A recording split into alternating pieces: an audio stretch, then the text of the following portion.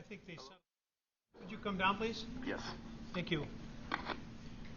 All right, so the examination will be allowed as has been discussed.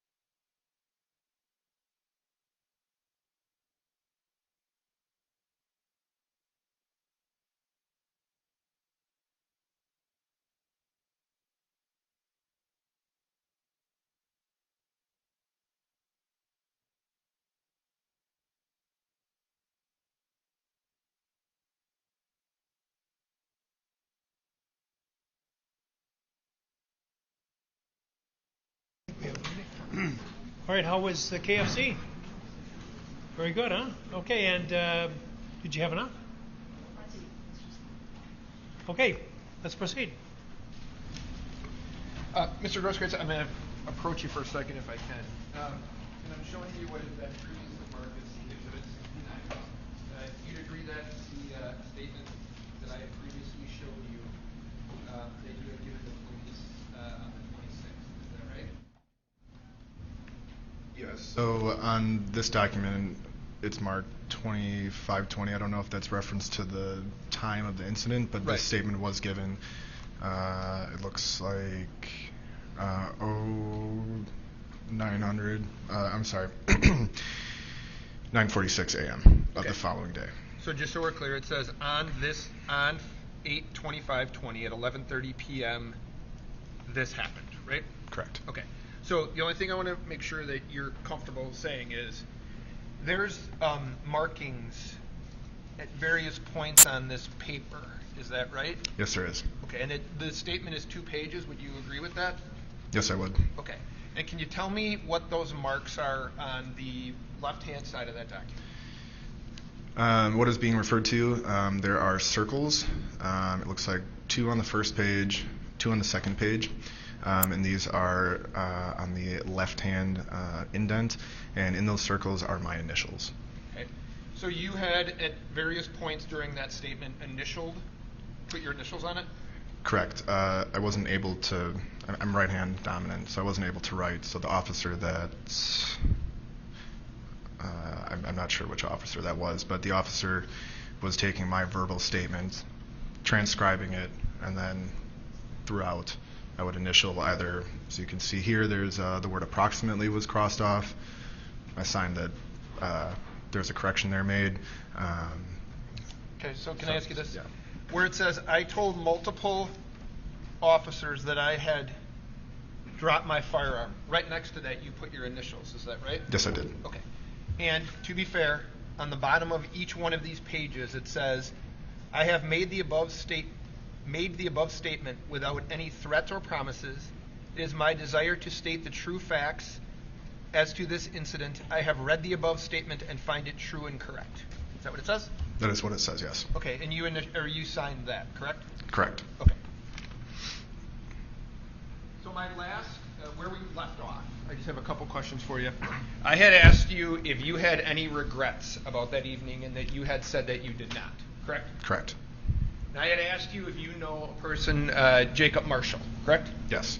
And Jacob Marshall may not be today, but he was your roommate. Yes. And you had said that he had visited you in the hospital.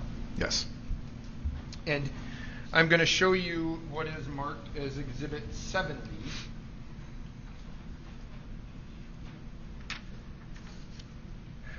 I'm not interested in the stuff on the right now. I'm just interested in the photograph. Okay? Is that a photograph of you and Mr. Marshall? Yes, it is. Okay. Does that appear to be taken after you had suffered the injury to your arm? Yes. Okay. And that's at a hospital. Is that fair? Yes. Okay. Now, you had said you didn't have any regrets. Did you tell Mr. Marshall that your only regret was not killing the kid and hesitating to pull the gun before emptying the entire mag into him? No, I never said that. You didn't tell that to your roommate? Objection, asked and answered. Oral. You didn't tell that to Mr. Marshall? No, I did not. Very good. Thank you, sir.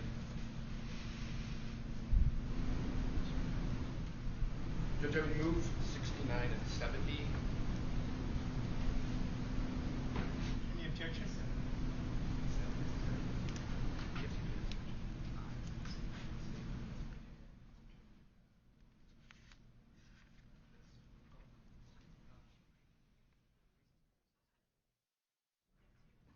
We can do it after if you want. Your Honor, can we talk about those two exhibits afterwards? I do have objection to both of them. Yep. Okay, thank you. Okay, Mr. Grosskreutz, I just have a few follow-up questions here. At one point in the video that was played for you by the defense, you referred to the defendant as a boogaloo boy. What did you mean by that?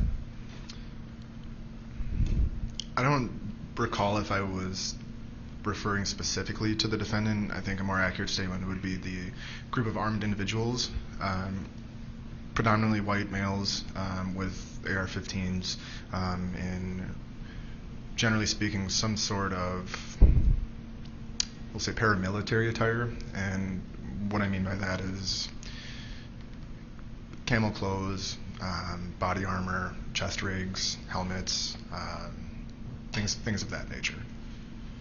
Is it fair to say, Mr. Grosskreutz, that no matter what you tell us or remember, everything you did that night's on video or photographed, correct? That is true. I want to play a little bit of Exhibit 57. Can we go to the 31-minute mark, please? 31 minute.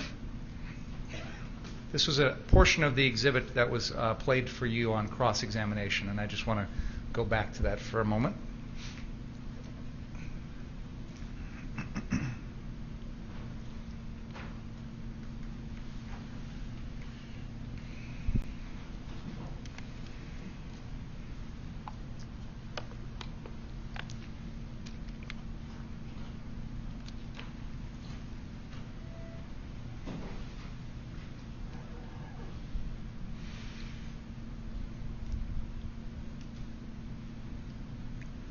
Can we play from there, please?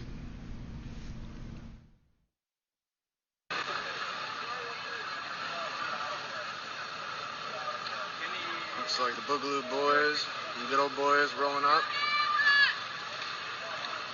Two right there. Two right there.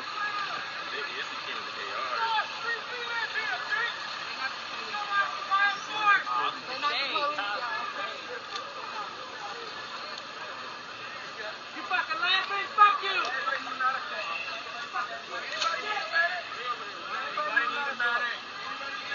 Yo, we got our own medics. You're good. You can go home. The voice that's heard there saying, "We got our own medics, you can go home." That's your voice, right? Yes, it is. Why did you say that? It was my interpretation throughout the events of August 25th that these armed individuals, whether they were Boogaloo Boys, Proud Boys, etc., all had we'll say, a homogeneous appearance. Again, meaning the rifles, the body armor, and what I had inferred throughout the events of that night, that these groups of people weren't received very friendly towards other demonstrators, and in specifically to reference the defendant, it was also my interpretation that the defendant lacked the necessary experience, potentially the necessary knowledge to adequately fulfill his self-proclaimed role as a medic. Can we now go to the 57-minute and 36-second mark in this video, please?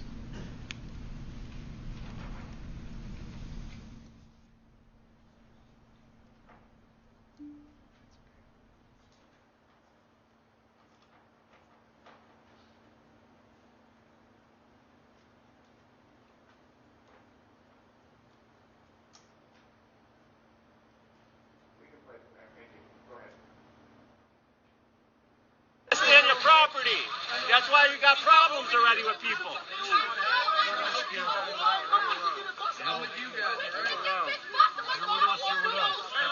the hothead here.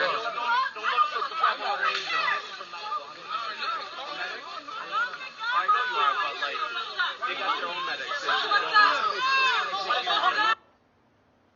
You were asked a question about the defendant's reaction at that very moment in time when he was told by someone, don't go out in the street, stay on your property.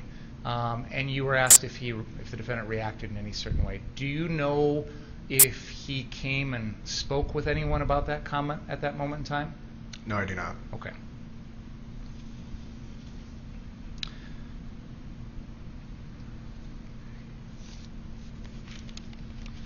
Now can we go to the 1 hour, 17 minute, and 10-second mark in this exhibit, please?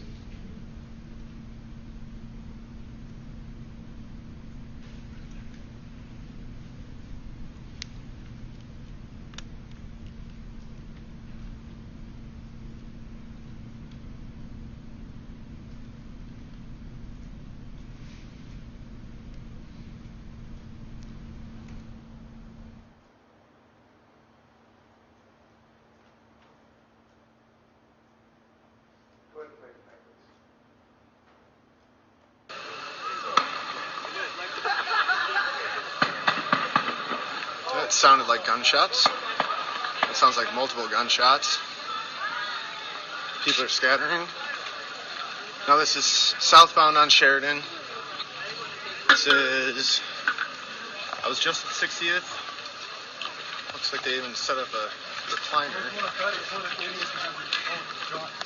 Oh, 110%, bro. Yeah, dude. 100.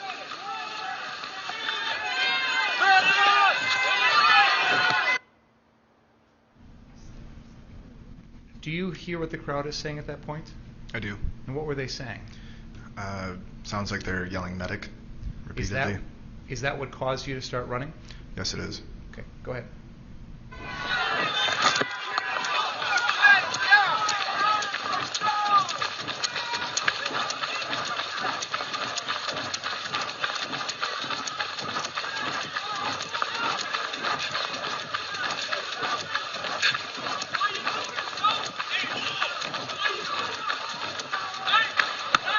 Shots. Why are you shooting? Hey, what are you doing? You shot somebody? Who shot? Who shot? Go back 10 seconds and play that again, please.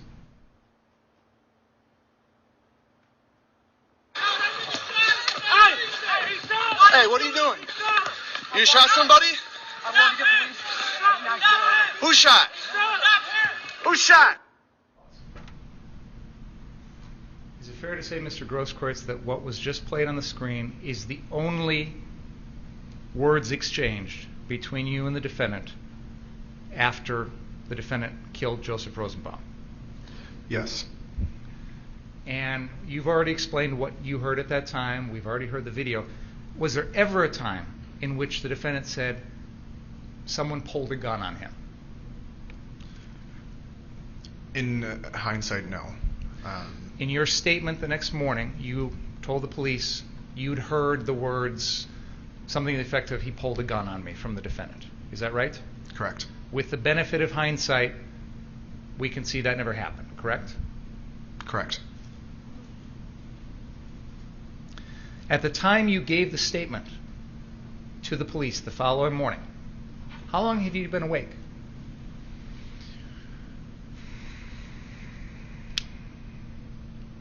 A couple hours, no more. After surgery. After surgery, yes. And before surgery, you'd been awake all day Tuesday, right?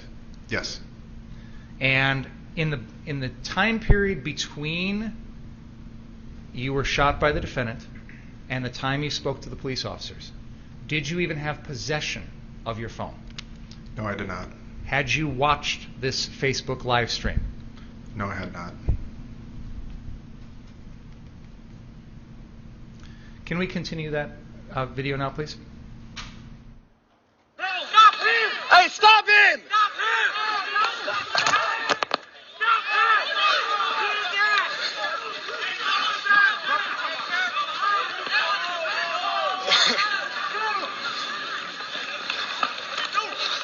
Shoot someone! Get his eyes!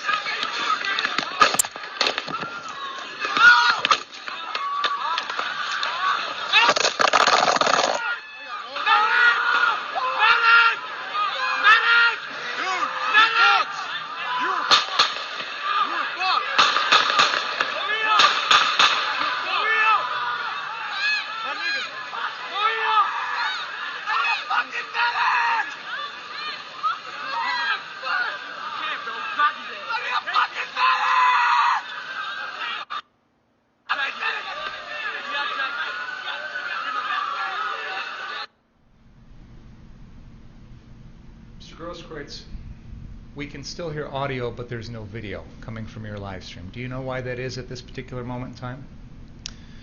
I believe it's because I had dropped my phone after being shot by the defendant. To the best of your knowledge, did the audio that we just capture, or watch rather, did that capture everything that you said when you are, after you talked to the defendant and had that little exchange until you got shot? Yes. At any point in there, did you say anything about you're going to kill the defendant, you're going to shoot the defendant, make any threats to the defendant of any kind? No.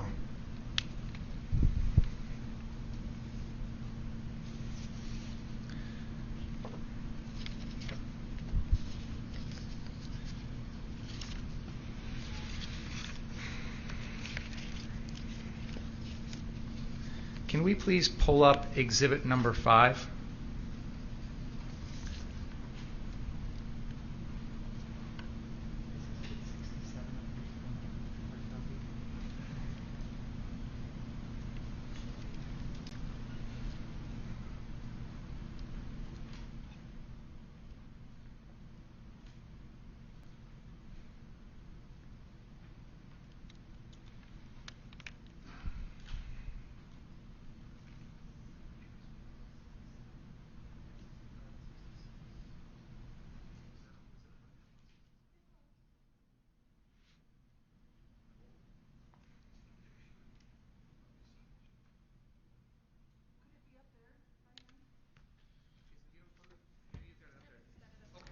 Let me put those down for a second. Let me just approach for a second. While we're getting ready for Exhibit 5, let me just ask, may I approach, Your Honor? Go ahead. Mr. Grosskreutz, the defense has shown you a photograph which has been marked as Exhibit number 65. I'm just going to hold that for you. Does this show you with your hands raised before the defendant shoots you? Yes. Okay. And I think this has been on the TV screen, but I'll just show the jury. Are you pointing your gun at the defendant here? No, I'm not. Is this right before he does the re-racking of the gun? Yes, it is. And then exhibit number 66, this is the photograph that shows you moving towards the defendant after he re-racks the gun. Is that fair to say? Yes, it is. Now, you were asked if you are pointing your gun at the defendant in this picture and also in exhibit number 67. Do you remember being asked those questions? I do. At any point during that encounter, did you intentionally point your firearm at the defendant? No, I did not. Can we play Exhibit 5, please?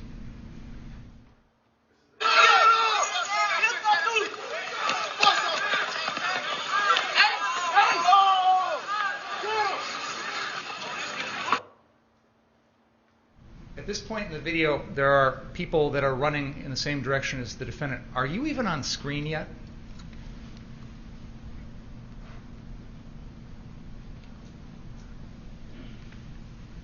I don't see myself on screen, no. All right, let's keep going.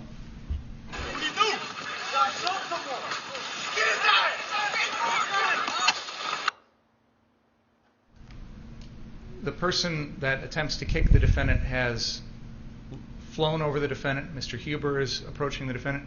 Are you even on screen yet?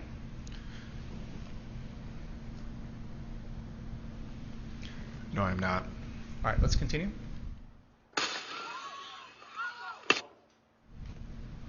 Now, at this moment in time, you are on the screen, and it appears that you're sort of crouching, like crouching down as if what? What were you thinking at that moment? Why were you doing that? First, yes, that is me on the screen crouching, and it was reactionary instinct, I guess is a good way to put it, and the best way that I could describe that is, one, the noise from the shot. I mean, it's a very large caliber firearm, and I think that in of itself probably startled me. But then my immediate next thought was I could be shot next. If your intent was to shoot the defendant with your Glock pistol, would you have gotten that close to him? If that was my intent, no. If that was your intent, you wouldn't have done that. Exactly. Right, correct. Let's keep going for just a second, please.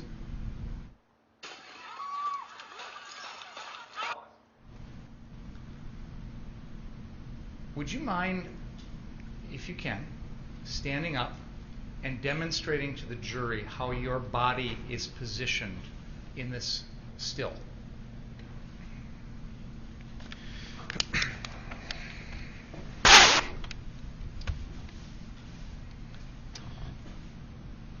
So if You got a handheld? A microphone? We got your microphone.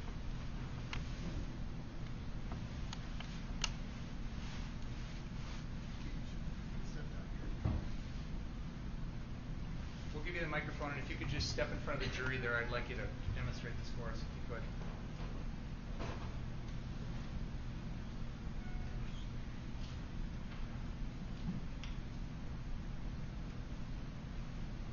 All right.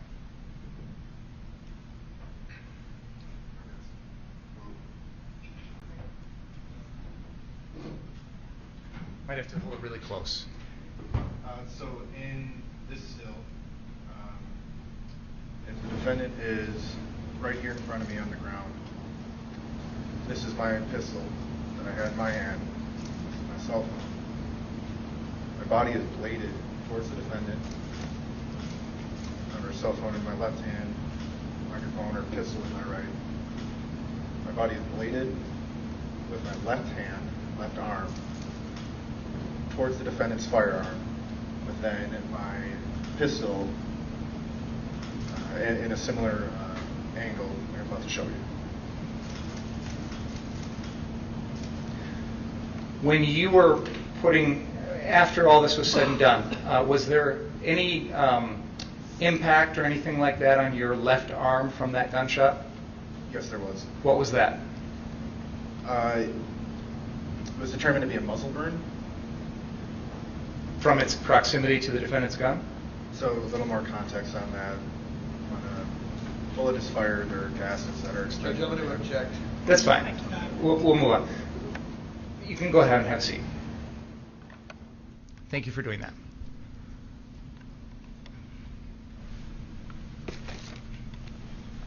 At that moment in time, right before you got shot by the defendant, did you feel there was an imminent danger that the defendant was going to kill you?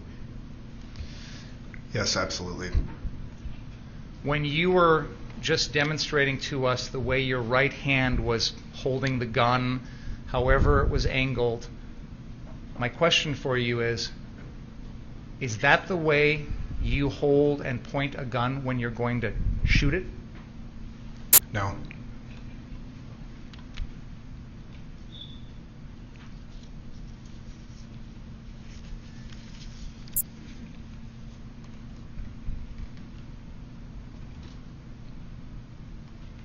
I have no further questions.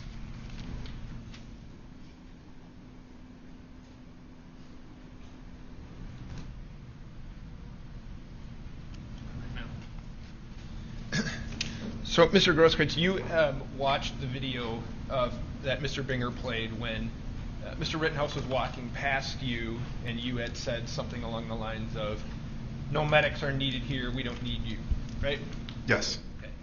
And you were saying that, "Oh, here come some Boogaloo boys."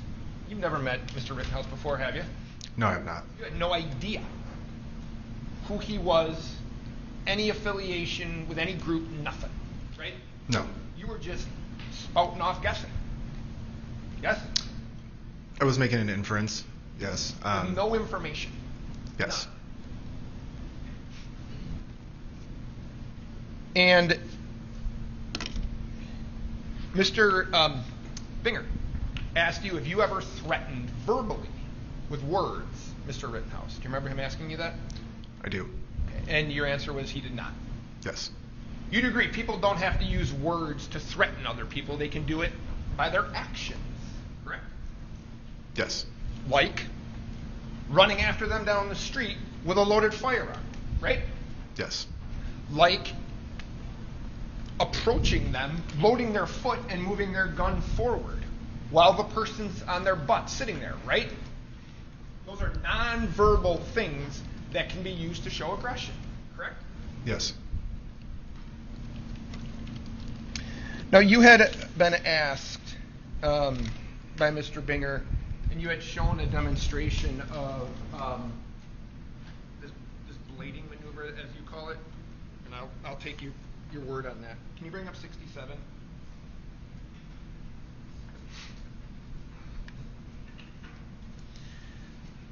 So,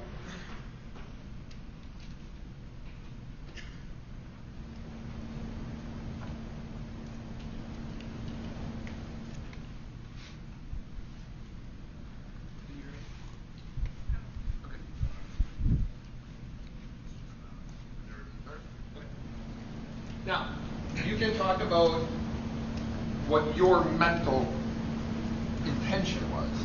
You'd agree what everybody's looking at is you pointing a gun at a person's head, right?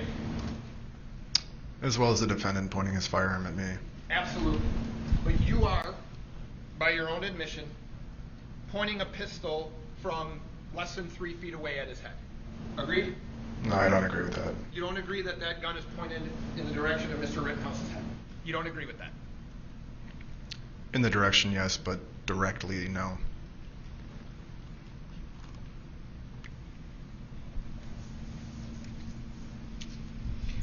You didn't tell him what you were doing, right? I don't have time to. Well, as you're running, you didn't say anything, right? You're just chasing him down. You never say anything. It would have been hard to communicate that over gunfire. My question to you is, you never said a word to him other than approach him with your gun out from 3 feet away, right? Yes. I have nothing else.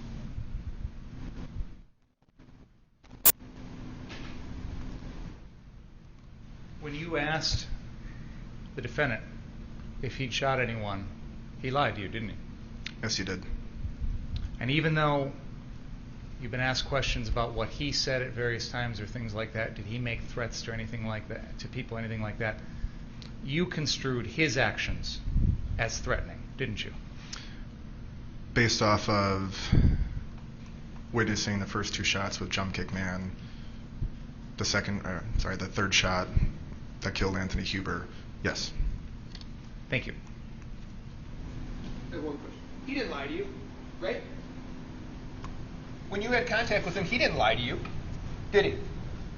Yes, he did. How did he lie to you?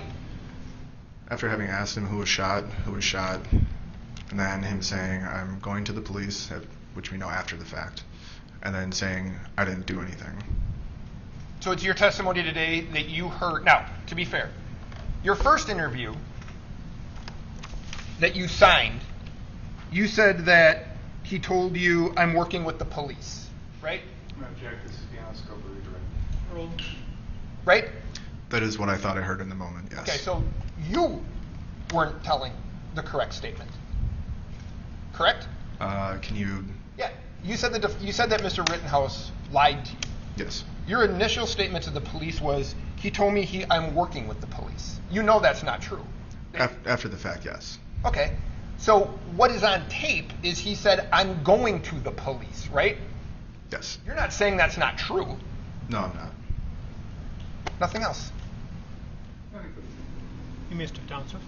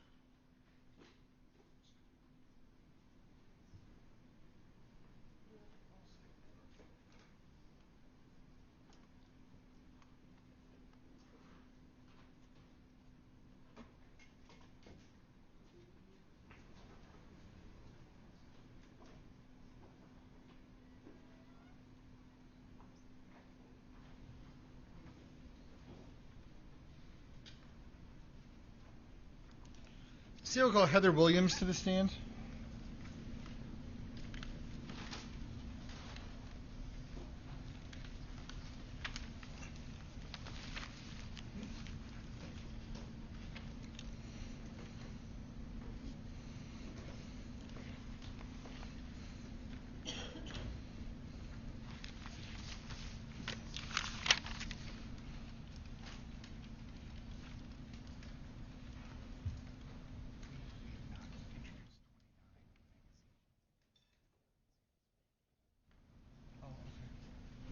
Stand, please. Raise your right hand. Do you solemnly swear the testimony about to give in this matter be the truth, the whole truth, and nothing but the truth, so help you God? I do. You may be seated.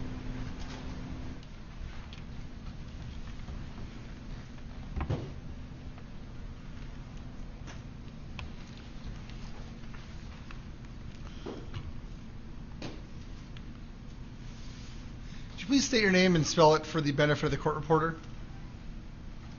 First name is Heather, Heather.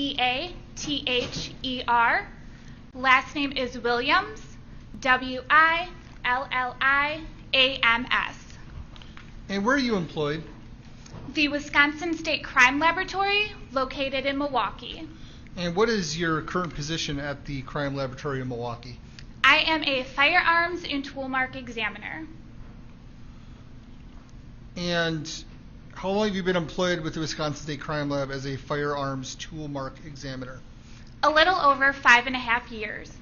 And what does that mean to be a firearms or tool mark examiner? As a firearms and tool mark examiner, I conduct examinations of firearms and firearms related evidence, such as fired cartridge cases and fired bullets. And is there any specialized education or training that you have done pertaining to your job as a firearms or tool mark examiner? Yes, I first hold a Bachelor's of Science degree in Law Enforcement and Justice Administration with a minor in Forensic Science. That included a 525-hour internship at the DuPage County Forensic Science Center. I also completed the Wisconsin State Crime Laboratory Firearms and Tool Mark Examiner Training Program.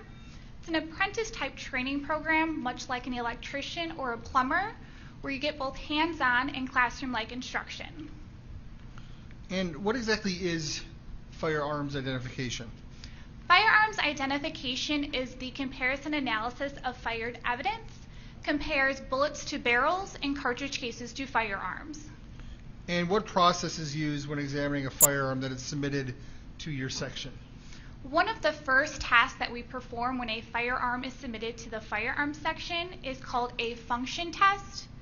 The purpose of the function test is to first make sure that the firearm is a functional firearm and that it is also safe to test fire. During that function test, I'll check the condition of the firearm along with all safeties that are associated with that firearm. And then what do you do next with when examining that firearm? Once I've determined that that firearm is safe to test fire, I will test fire the firearm. This is done to make sure that the firearm is working properly and the way that the manufacturer intended for it to work, and also instances in which we have fired evidence. Those test fired bullets and cartridge cases that are produced are then compared to that fired evidence to see if they were or were not fired in the submitted firearm. And did you become involved in a case in your professional capacity regarding Kyle Rittenhouse, Joseph Rosenbaum, and Anthony Huber? Yes, I was. And how did you become involved with that case? I was assigned to work that laboratory case. I'd like to show you what is previously marked and admitted as State's Exhibit 28. Do you recognize that?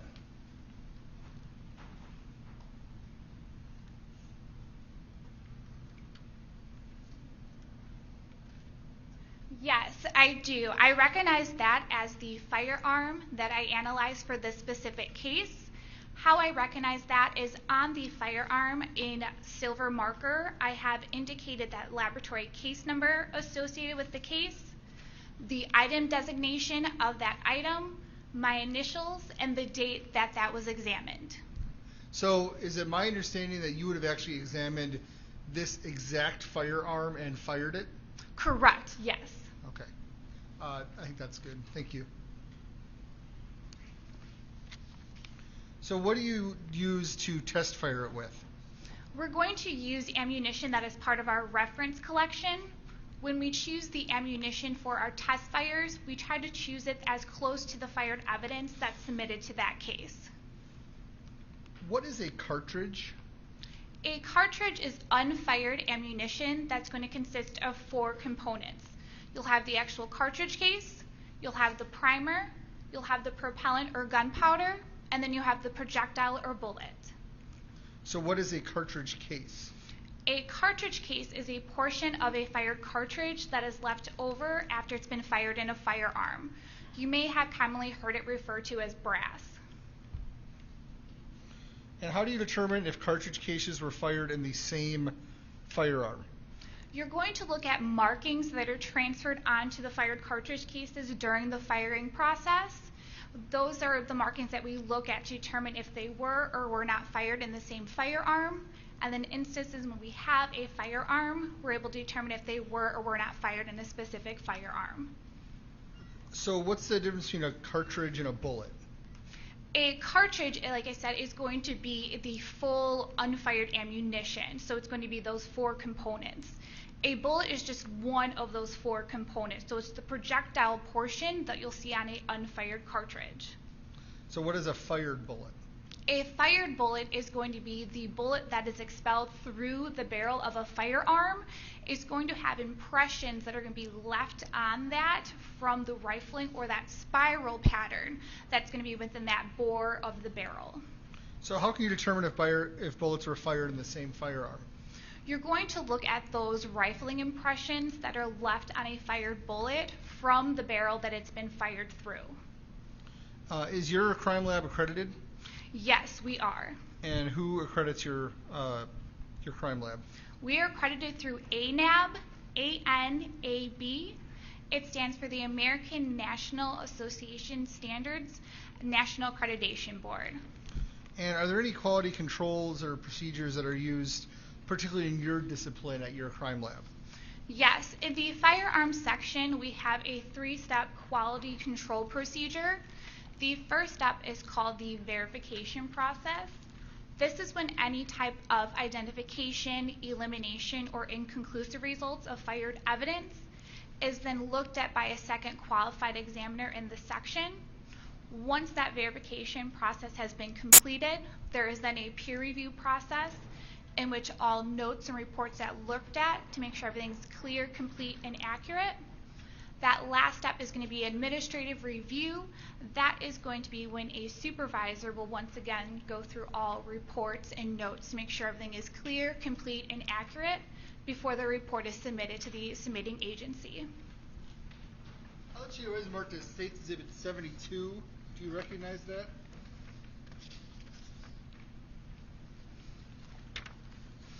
I do. This is the report that I issued for this specific case.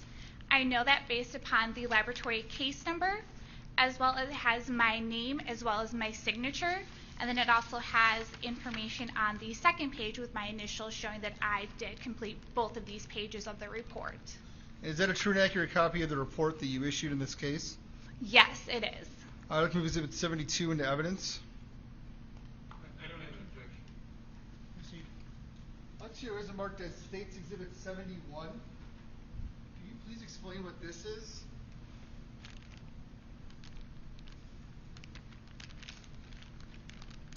This is one of the fired cartridge cases that I analyzed for this specific case. I can tell that based upon the laboratory sticker, the yellow sticker here. This has the laboratory case number associated with this case, the item designation, as well as my initials and date that I took this into my custody. I also have that information on the additional packaging for this specific item, and then we also have that information on the actual cartridge case itself. So which was the bullet that was fired allegedly by the defendant? Where would that be in that packet? This is just going to contain one of the fired cartridge cases. So this is a portion of a cartridge that was fired. So this is the portion that is ejected from the firearm. So that the thing in the top of that threefold, that is what was presented to you as an already fired cartridge. That's not one that you fired. Correct, yes. This is a piece of submitted evidence for this specific case. So what kind of, is that a true and accurate copy of how you would have packaged up that particular cartridge casing and all the other elements in Exhibit 71?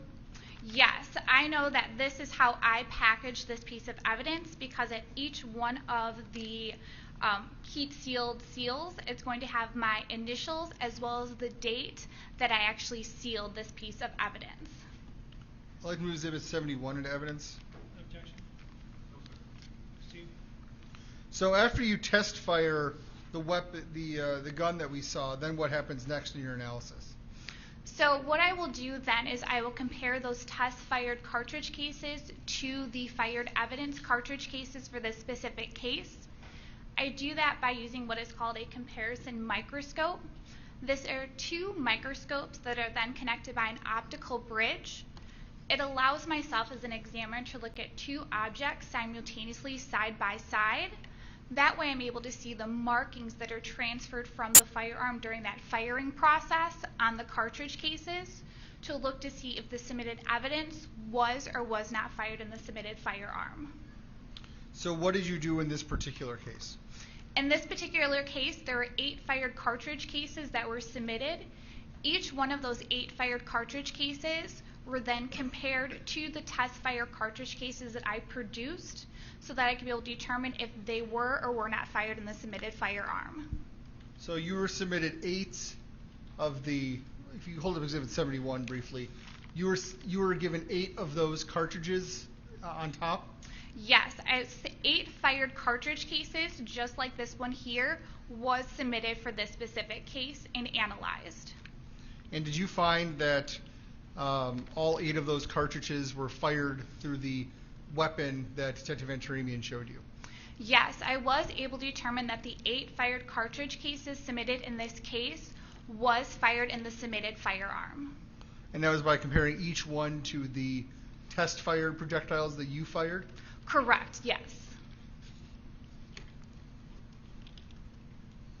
I have nothing further, thank you. Well, thank you. You may step down, ma'am. Stand and call Officer Jason Krieger to the stand.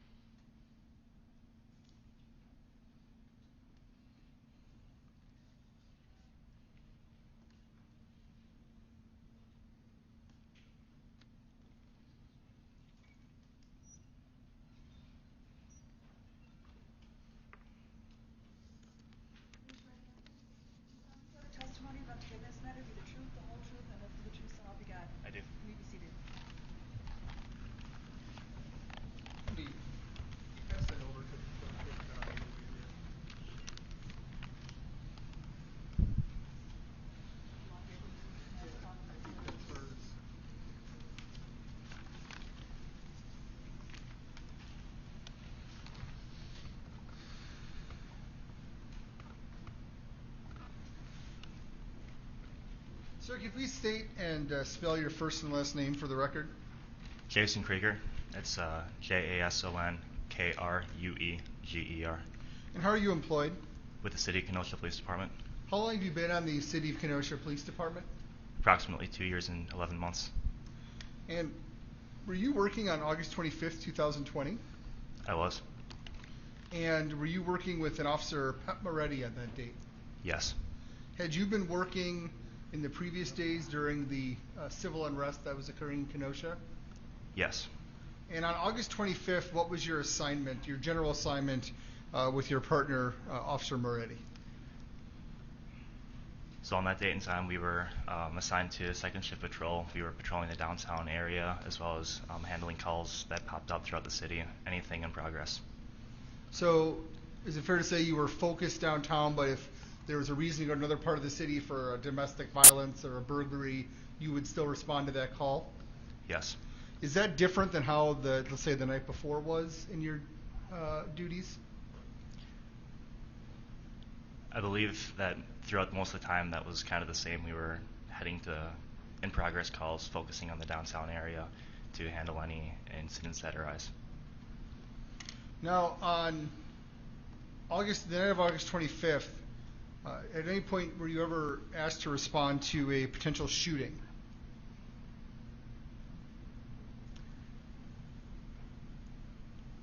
I do recall going to a shooting. We were just right in the area. I'm not 100% sure if we were dispatched to that call or not.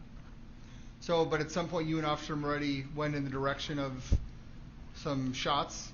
Yes.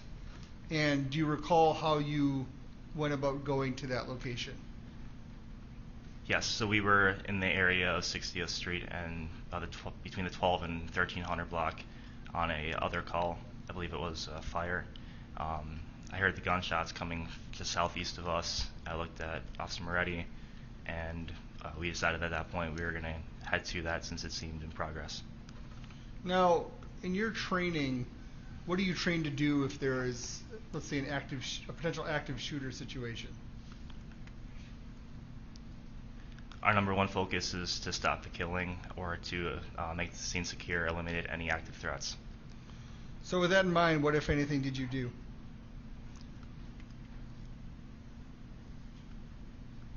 When we approached the scene, we had approached slowly just to try to attempt to gain any visual information that we could see.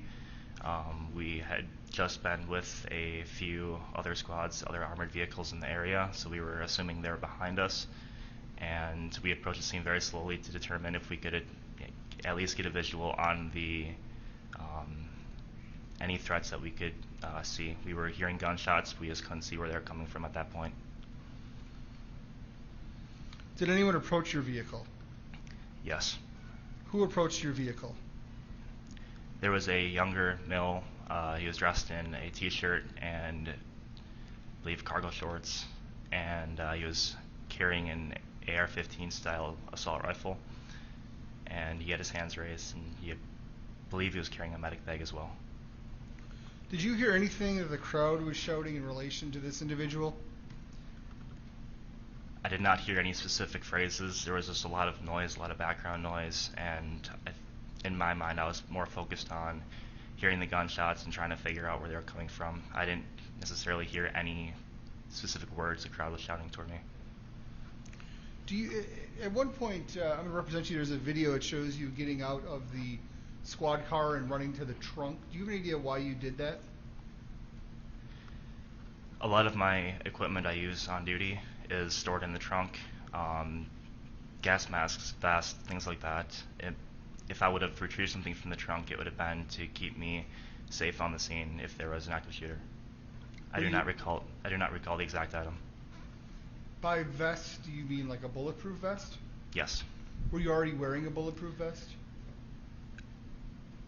I do not recall what vest I was wearing, but I had my steel plate carrier with me. The vest I'm currently wearing right now is not able to prevent a rifle round going through, but the steel plate carrier that I had at that time would have been able to stop anything up to a round coming from a rifle. So the vest you're wearing now, is that sort of the standard everyday vest that you would wear? Yes.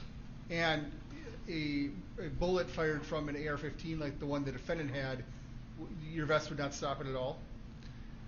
It's not rated for it. I've never attempted to do it, but I do not believe it would.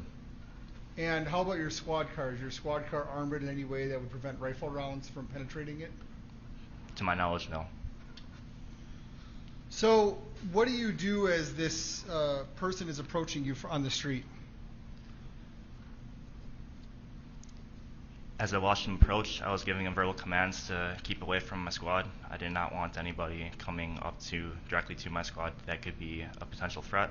So we were giving him verbal commands just to stay back. I had also grabbed my pepper spray out of my vest and was going to use it if the individual continued to approach the car. Why did you see him as a threat? I never met him before. He had a rifle. Just given the situation at hand, there was a lot of circumstances where I just did not want some individual coming up to my squad car in that scene with those gunshots still going off that I didn't necessarily know. You said his hands were up, correct? I believe so, yes. Did you feel like he was surrendering to you? No. Why not? Throughout the past few days, we've come across a lot of individuals who are armed, and the first thing they do is put their hands up to signal that they don't mean any threat to us. It doesn't mean that they were surrendering, it just means that they just wanted us to see their hands.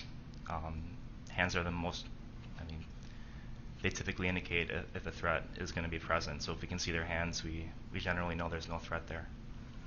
So you indicated that you grabbed your OC spray or pepper spray. What happened next? The individual approaching our car was not responding to my verbal commands. So I shook the OC can, made sure it was able to discharge the spray, and I pointed it at the individual, and I discharged a stream of OC spray towards his direction when he would not listen to my commands. At that point, how close was he to and you were in the passenger side? Yes. At that point, how close was he to your passenger side door? I believe he was within about 5 feet. Do you know if the spray hit him or not? I do not recall. Did the spray have the desired effect of him getting away from the vehicle? Yes, he ended up walking away from me. So once he left the area of your vehicle, what happened next?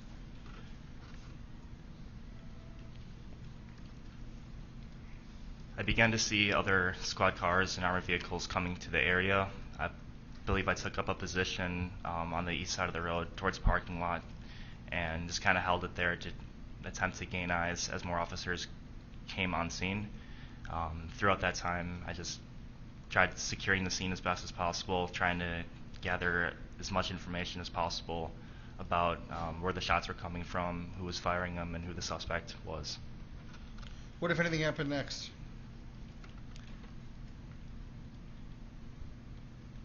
We were approached by one of the mutual aid tactical teams who informed us that they had an individual with a gunshot wound to the arm. I believe that individual was Mr. Grosskreutz, and they did not know how to access the hospital. Since I was familiar with the area, Officer Moretti and I got into our squad car, and we escorted that tactical vehicle to the east side of the Freighter South Hospital and got Mr. Grosskreutz into the ER.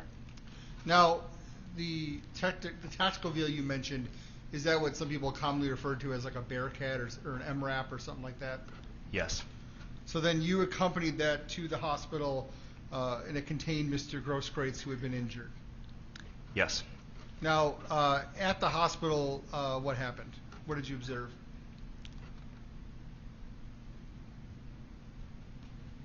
So we got him into the hospital.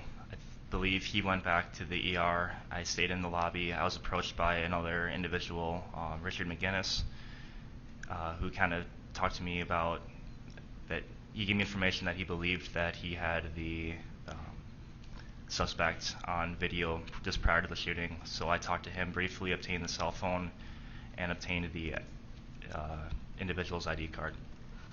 And then did you have him get interviewed by someone at the in your department?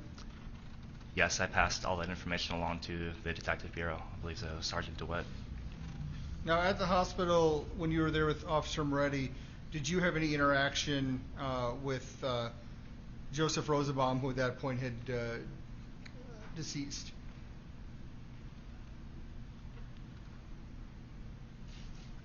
I believe that I helped Officer Moretti process and collect the evidence from one of the deceased. I do not recall which victim it was. I have no further questions. Thank you.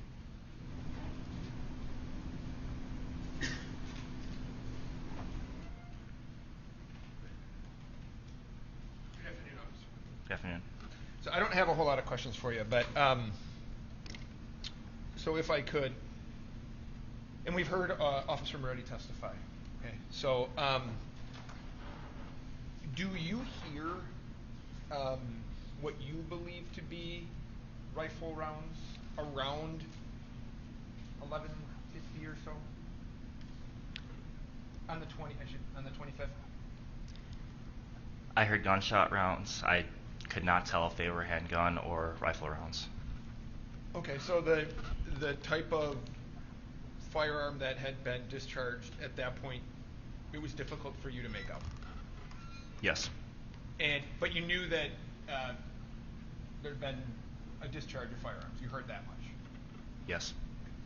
So, do you recall seeing a person that you now know to be Mr. Rittenhouse walking toward your squad car?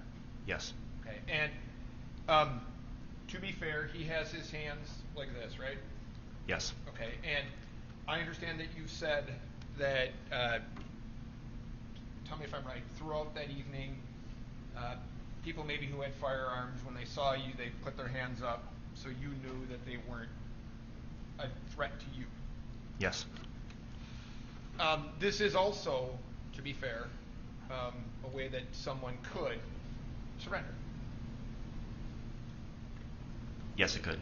Okay. And again, don't take this as being critical. I'm not trying to be that way. But as he's walking toward you, he doesn't have at that point his hands on his gun, but he's just walking toward your vehicle, right? Yes. And I understand your concern, but as he's getting closer to you, after knowing that a shot or shots had just been fired, I know there's a lot going on, but were you interested in finding out if he had any information? I was. Okay. And when he starts coming to the side, he's coming to your side, right? Yes. Do you hear him like say anything to you?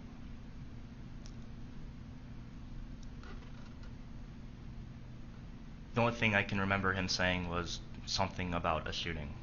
That there was no other verbal indication from him coming directly saying it was me. It was just something about a shooting. Okay. And you had just heard shots fired. Yes. This person's walking to you with his hands up and says something about a shooting, right? I mean, his exact words were not something about a shooting, No. but Fair. He says something. Included in that something is the word shooting. yes. And so I understand that we've seen the video, you pull out your OC spray, and after giving him a command, you spray him with the spray, right? Yes. Do you see Mr. McGinnis? You had mentioned that you see Mr. McGinnis at the hospital. He shows you the video? Yes. Do you say to yourself, that's the guy that's walking with his hands up that I just saw?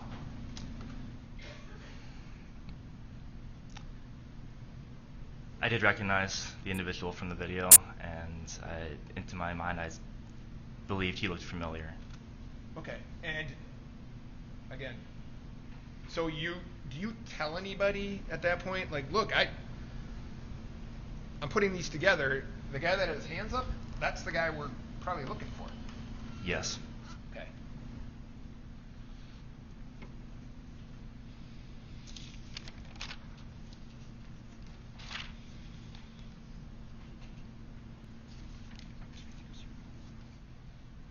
Oh, I do have two other questions.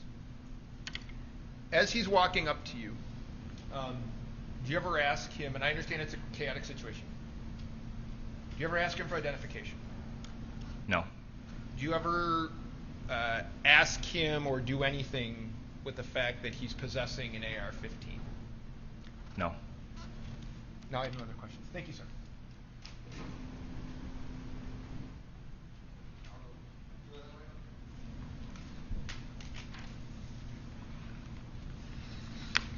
Were there other people, not necessarily in front of your vehicle, but around the area, in addition to Mr. Rittenhouse?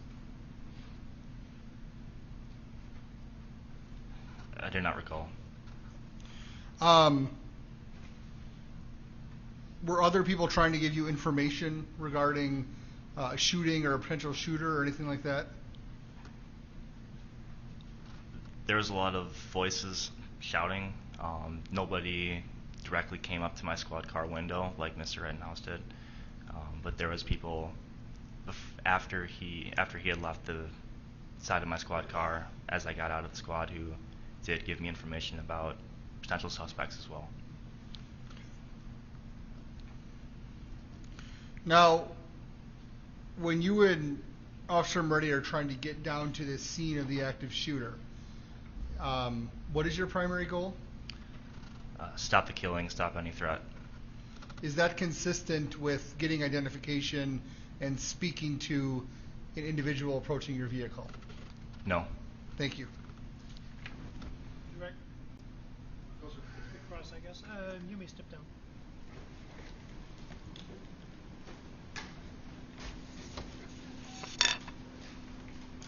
The state calls Kristan Harris to the stand.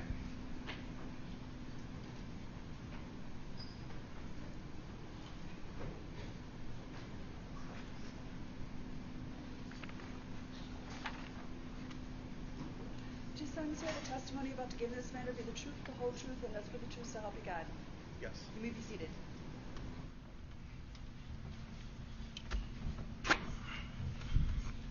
Good afternoon, sir. How you doing?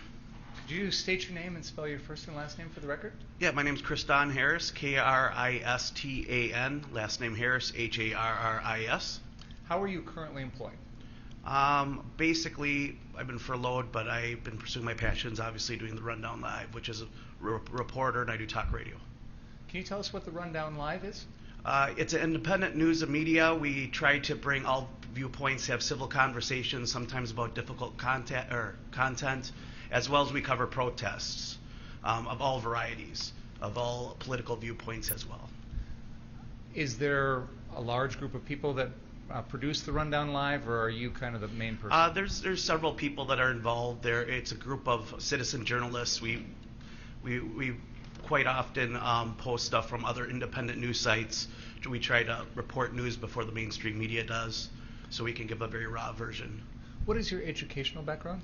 I finished high school, but education really didn't become important to me till my later years. So, most of my research I've done through my own reading of books and information. Do you have any formal journalistic training? That I do not. And do you operate out of the Milwaukee area? That is correct. Okay.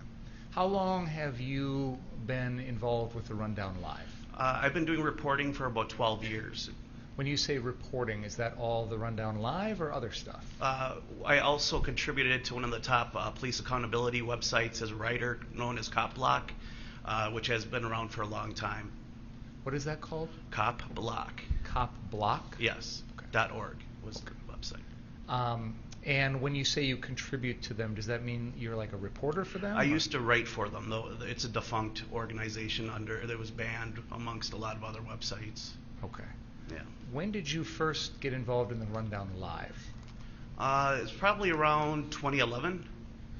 Did you form it, or did someone else? Someone else formed it. And then you joined it? Yes, that is correct. And that person is no longer involved. Do you have any sort of title with that organization? I believe I'm the editor. And you said you've covered a lot of protests. Can you tell us more about that? Sure. Since about 2013, I probably covered over 100, 150 protests. I don't know the exact number. What types of protests would they be? Everything from something basic as Second Amendment rights and healthcare workers, against mandates, to BLM, Minneapolis, the burning down of the 3rd Precinct, DC, obviously January 6th, as well as Kenosha and probably countless BLM protests. There were some things there that I just want to make sure I understand what you're saying. You said the burning of the 3rd Burning down of the 3rd district? Precinct of Minneapolis, yes. Okay. That was the date. I don't know the date. That's how I recognize it. That was one of the things that happened after George Floyd was killed? That is correct. And sorry, Karen, do we need to slow down? Sure. Whatever she says, so we got to make sure. You also mentioned January 6th. Is that with regard to what happened at the United States Capitol on January 6th of this year? That is correct. Were you there for that? I was. Okay. And were you covering that for the Rundown Live? That is correct. You mentioned Kenosha. Were you here in Kenosha for the events that followed the shooting of Jacob Blake? I was on scene within an hour or two of the shooting of Jacob Blake. Were you then, help the jury to understand, when you talk about the Rundown Live, we're familiar with a lot of different types of media, newspapers, magazines, the internet, things like that. Can you help us understand exactly what you mean when you say you cover these things? Yeah, I'm a citizen journalist, so I generally go to these events and I stream a lot of the times. I interview people to try to get natural conversations and have civil conversations so people can understand, in my viewpoint, what people really are saying before there might be some propaganda added. So essentially it's the most raw form of journalism. So when you came down within an hour or thereabouts after Jacob Blake, were you interviewing and speaking to people? Yes. Do you record that in any way? Yes, I do. Well, I stream it. It's recorded on the cloud. Okay. So is it fair to say that when you are covering any sort of event for the Rundown Live, you have a camera that is taking video of the things you see? That is correct. I usually use my cell phone, which is a high-end device. And then that video is live streamed to the internet on whatever site you use so that people can watch it pretty much live. Is that fair to say? That is fair to say. Okay. So, for example, on the night Jacob Blake was shot on that Sunday night, August 23rd, you were here using your equipment to live stream the things that you were seeing. That is correct. Did you continue to do that on Monday night? Yes. And again on Tuesday night? Yes. So I want to skip right to the night of Tuesday, August 25th, 2020. Were you here in Kenosha that night? I was. Were you live streaming for the Rundown Live? As well as collecting B-roll, correct. I'm sorry? B-roll is footage that you take because you can't stream live because your internet connection is, so it's actually recorded straight to the device. Okay. Do you recall approximately what time you would have arrived in Kenosha that particular day or night? Yeah, around 8 o'clock, 8:15. Where did you go once you came to town? I headed down to the courthouse because that's where things were happening. And then did you start your live streaming at that point? I attempted to, but courthouse internet isn't the greatest. So. We've all learned that lesson. So what did you do then? I recorded video straight to my cellular device because this way at least I had documentation I could publish later. Did there come a time in which your internet connection improved? Yes. How did you manage to make that happen? It started to improve when I first started to head towards 59th and Sheridan. Okay. Do you know what changed that made that better? Yes. I ran into an interaction between Ryan Balch, I believe, and Gaige Grosskreutz and other people that by the courthouse, and I asked if there was more armed individuals because the night before there was a video that went viral of people protecting property, and I felt it would make a different story than getting the same story I had the last 2 days.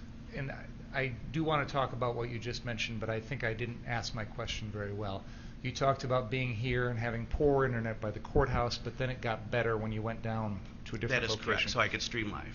What was it that made the internet better or stronger down there than here? Do you know? I don't know if it was just I had poor cell phone service or it was just better location.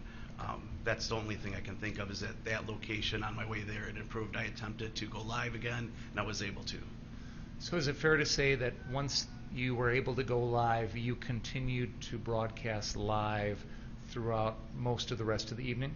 That is correct, till my battery ran out. Okay.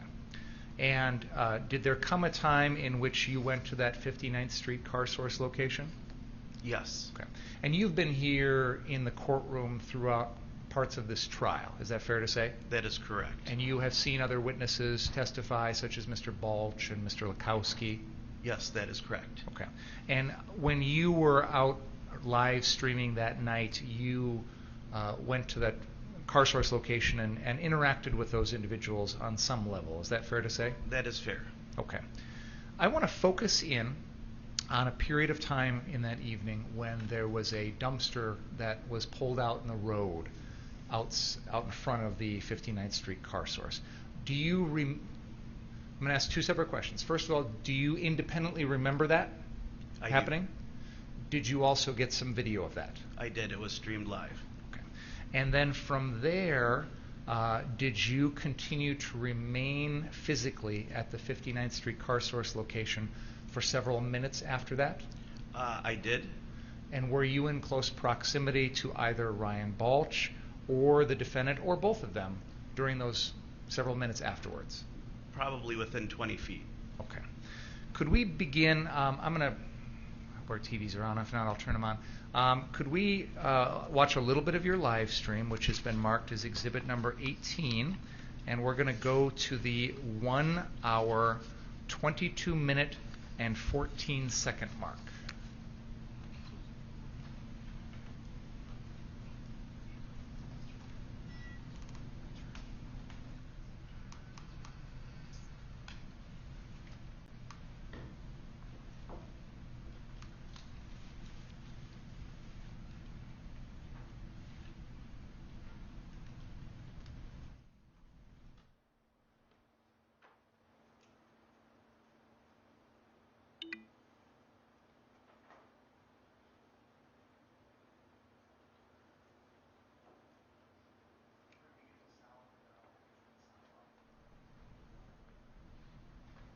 Let me just ask Mr. Harris, do you recognize what is up on that screen?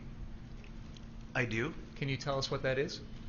It looks like a dumpster that is in the middle of the street. And is this a portion of your rundown live stream from the night of August 25th, 2020? It is.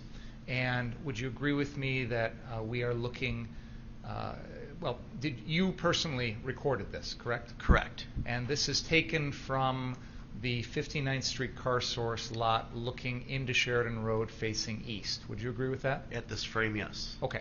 Can we please play the video? And militia are up there. We need water. Yeah, we got a fire. Where? Oh, dumpster fire? Yeah, just a dumpster fire. Hey, it's just like the year, man. Yeah, right? If 2020 was a blunt, it would be just a fucking stem. It would just be stem and seed, man. Right. I could use a doobie right now. Continue the video for just 1 second, please.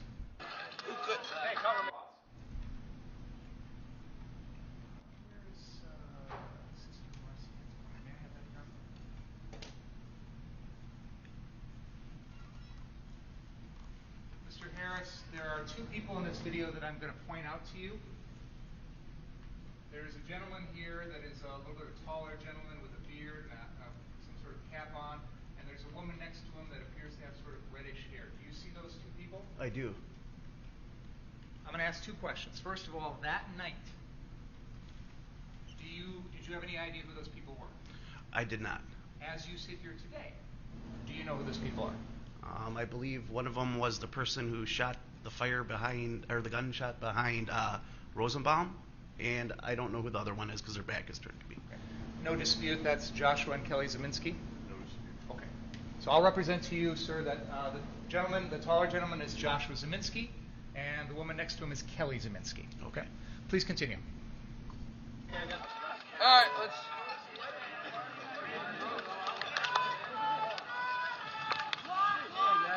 Morning. How's it going? You guys want to fuck around and find out? Hey. You won't do Reel it, in. pussy. That's what's up. Reel in. Don't cause problems when there's none here.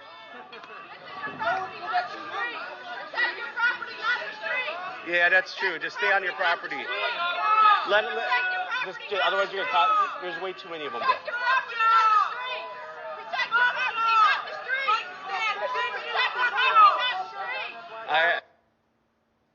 There is an individual who is standing on the edge of that frame on the right-hand side there. Do you recognize that person as Gaige Grosskreutz? I do. Okay. Please continue. I think we will share.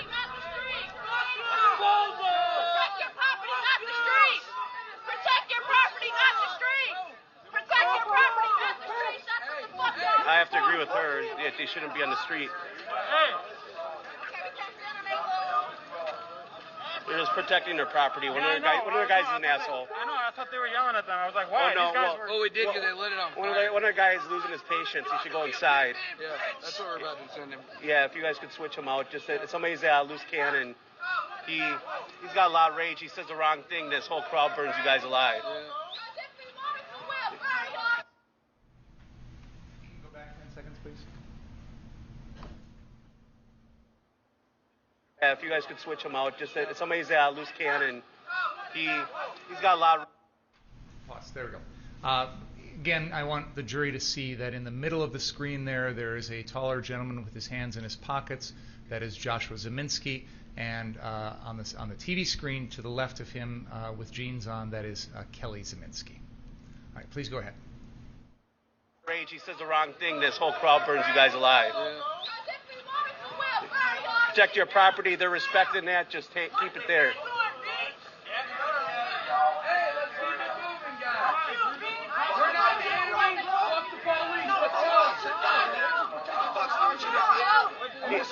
Dude. He's just trying to protect his property. He doesn't want anything. He has no problem with you guys. He just doesn't want anyone to burn down his shit. I can't blame him.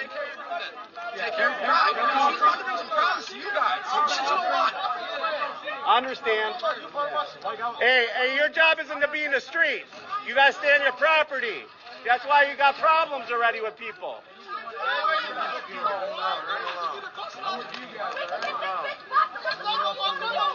No one bothering your property. Don't look for trouble where there ain't none. A medic? I know you are, but like they got their own medics. You know, if somebody's close by, take care of them. I know you're just trying to make peace. I get. As this video is playing, we hear your voice speaking to someone in the background. Do you hear that? Yeah. Who are you speaking to? I believe that was an interaction with Kyle Rittenhouse.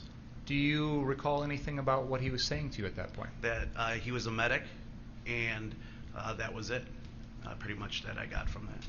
You said at one point they have their own medics. Did you hear that? Yes. What did you mean by that? I cover a lot of protests, so I've become familiar with a lot of the BLM organizations over the summer, especially during the George Floyd marches. So I felt a little bit more comfortable, per se, because I have had more interactions. That's all basically I was. Sure, but you indicated they have their own medics. What does that mean?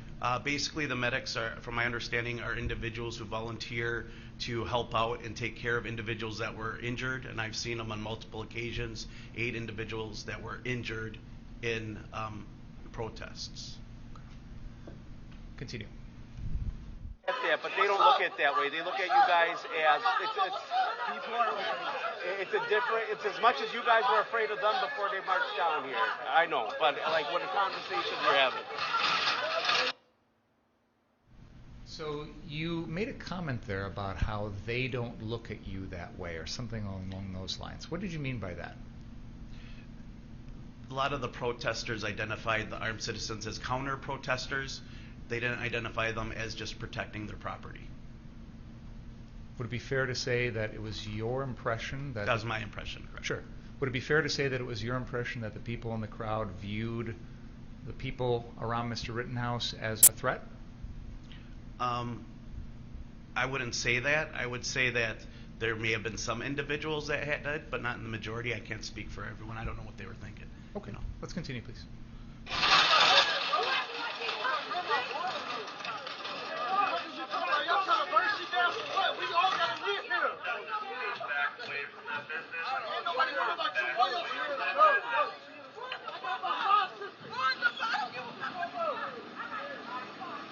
Thanks, guys. Back away from the business. Back away from the business. That's my police. Leave the business. Thanks for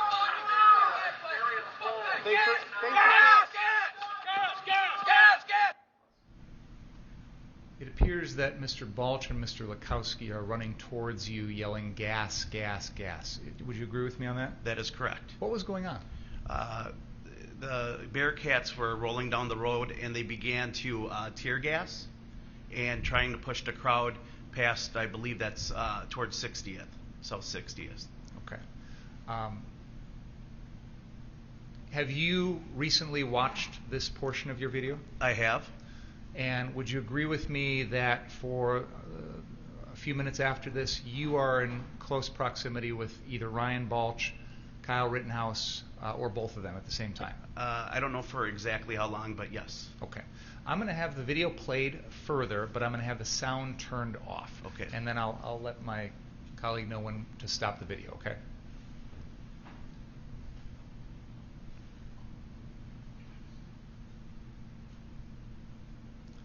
Now, while we're playing the video, Mr. Harris, are you able to tell the jury where this scene is? Yes, it's the back corner of the car lot of Car Source. There was people, or I don't know who it was, but they were throwing rocks up from behind the building. And where you're at right now in this video are either Mr. Balch or Mr. Rittenhouse near you? They were probably within 15 feet. Are there any of the protesters or people on the street or anything like that anywhere near you at this point? Negative. Why is that? They all moved towards what I call the gas station, 60th and Sheridan. Yeah. Is that in part because the police have just gassed the entire street? That would probably be the most likely reason. And that dispersed the crowd? Correct.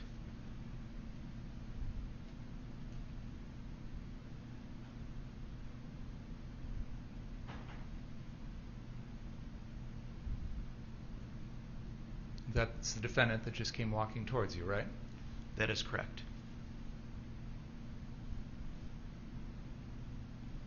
It looks like at this point the wind is blowing that gas towards you and the other folks that were around the corner there. Is that fair to say? That is fair to say. Did you have a gas mask on? I did not. Did any of them, do you know? Not that I saw. Let's pause right here. Mr. Harris, do you see those armored vehicles in the street? Sure do. Now, if I'm reading the screen here correctly, your video file here has about 24 minutes left to play. Would that be accurate? That would be accurate. And have you watched this video recently? Yes. Does this video end around the time that Mr. Rosenbaum, or the defendant, shoots the people? Yes, within a few minutes after that. Battery ran out. Okay. So would it be fair to say that at this moment in the video, the shootings are going to be in roughly 20 minutes or thereabouts after this? Roughly, yes. I see that the Bearcats and whatnot are in the road at this point in front of the 59th Street Car Source. Do you know where they traveled after this? They traveled more forward towards 60th Street, I believe, and then they stopped there. Did they establish a line keeping the protesters south of 60th at that point? With the MRAPs, or Bearcats, yes. Okay. So is it fair to say, Mr. Harris, that for the remainder of your video, as far as you know, no protesters came back to 59th Street Car Source after this? Not that I witnessed. Two questions. First of all, do you independently remember at any point in the sequence of events that we've just seen starting with that dumpster fire and all the way forward here, do you remember ever seeing Joseph Rosenbaum? I do not. After rewatching your video, is Mr. Rosenbaum in this video at any point during the series that we've just watched? No, not that I can see. I have nothing further.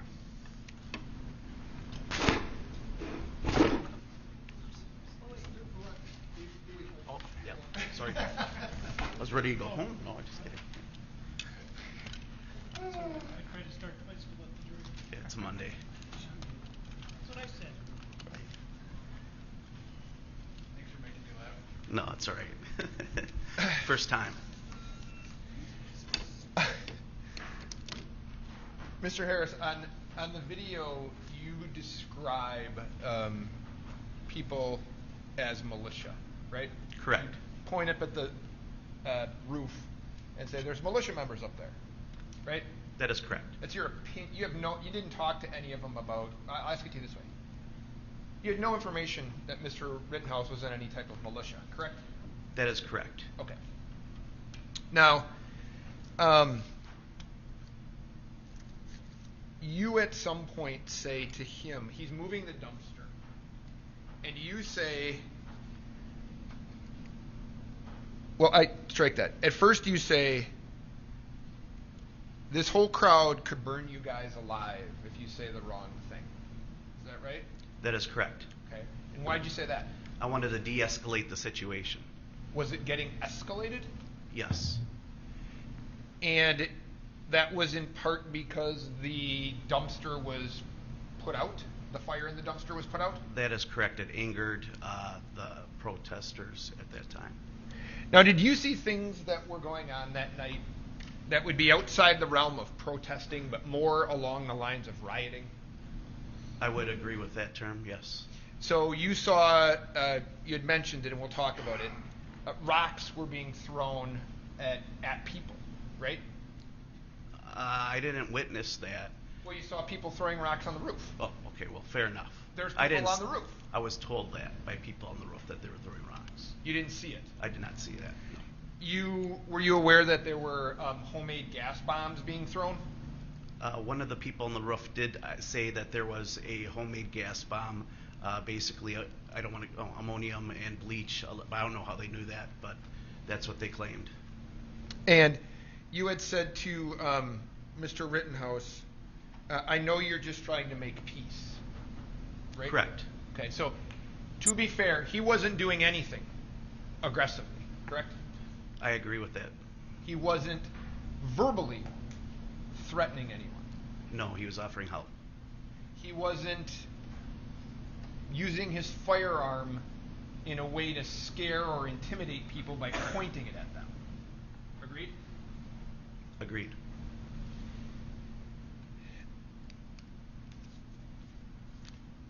When you say, I think you said on the video at one point, there are people throwing rocks at people on the roof, right? Correct. So, do you see Mr. Rittenhouse go after those people in the direction of where they're throwing the rocks and chase them? No. So, people on the roof are arguably in direct danger because, did you ever see the rocks? I did see the rubble and people throwing rocks at the Bearcats, but right. So it's concrete. Sorry, that's right. So they weren't really throwing what you and I might see like rocks on a beach. We're talking about clumps of concrete that they're smashing, picking up, and then throwing at people, right? Correct. And knowing that, you didn't see Mr. Rittenhouse go after those people who were actually causing danger to others, right? No, I did not. Did you have contact with the owners of that the car source that night or the next day? Not those 2 days, but I did see him pull up, I think, later on in that week. The two brother, if you know. I don't know. All I know is that whoever the owners were, they pulled up, and I briefly walked by and said something to him. I don't recall.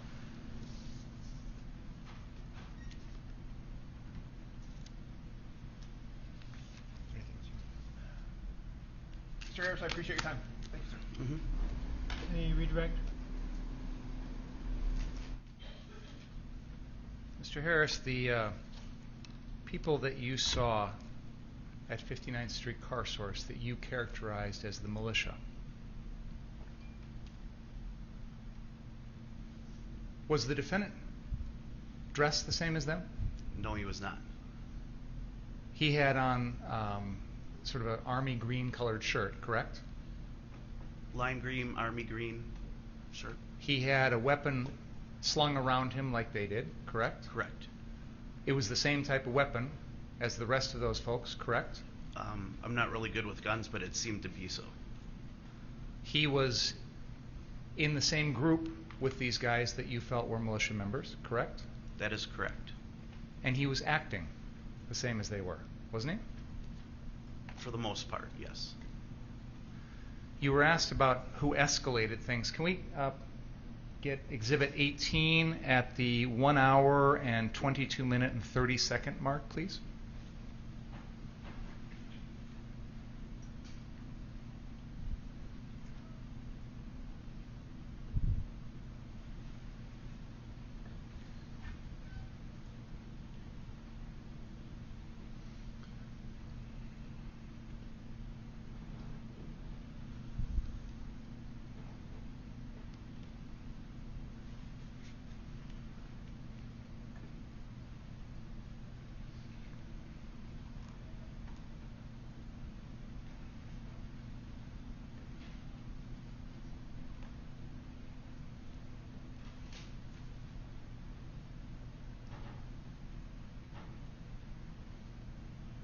Let's play from there with sound, please.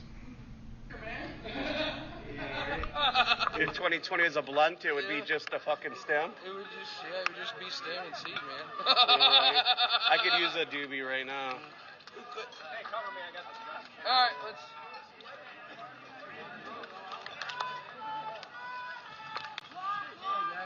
Morning. How's it going?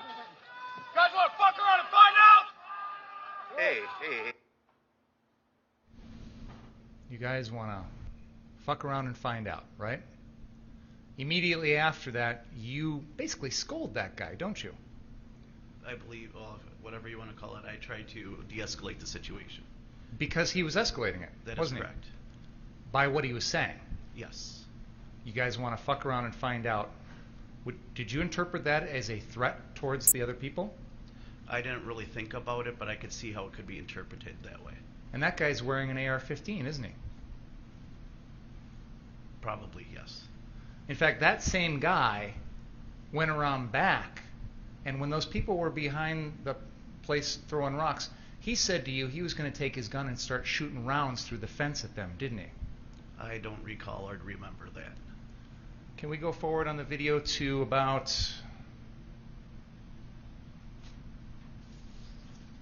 Let's go to about one... Nothing to do with Mr. Rittenhouse. Nothing. What is the relevance of this? There were questions about what the response was to people throwing rocks. The response of whom? Of the group. The group. The group is not on trial. Mr. Rittenhouse is on trial. That's fine. I'll leave it there. Thank you.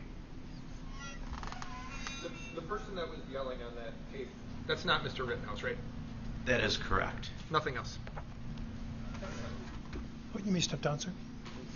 What about a break? Let's take a break. Please don't talk about the case.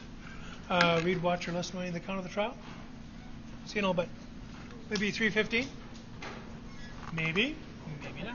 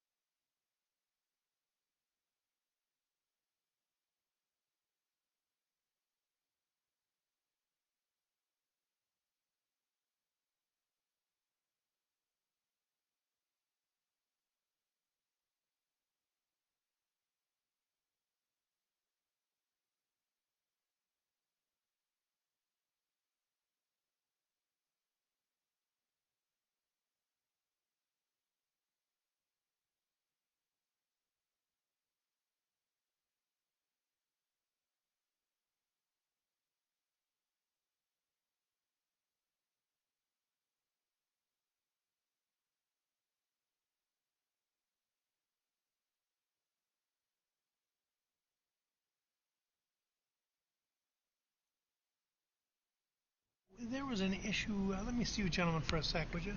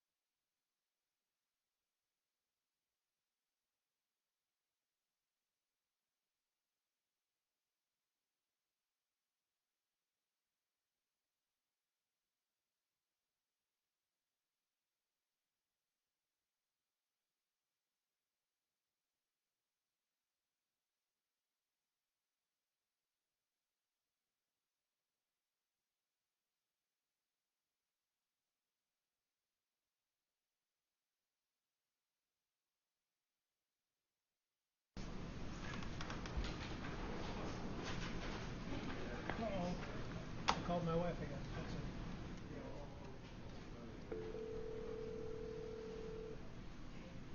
Hello? Could you come down, please? Yes. Thank you.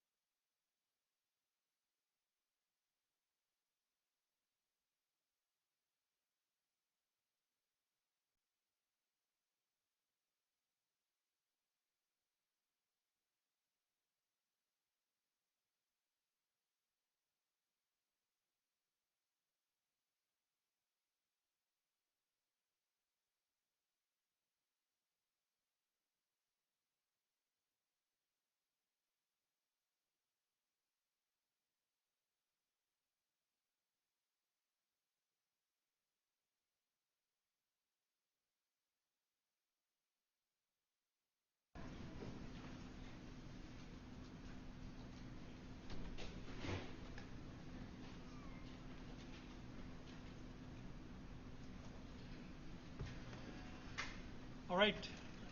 You may proceed, Mr. Binger.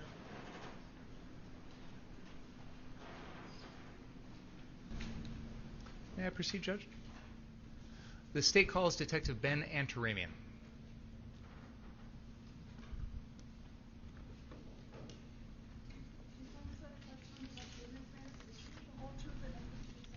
I do.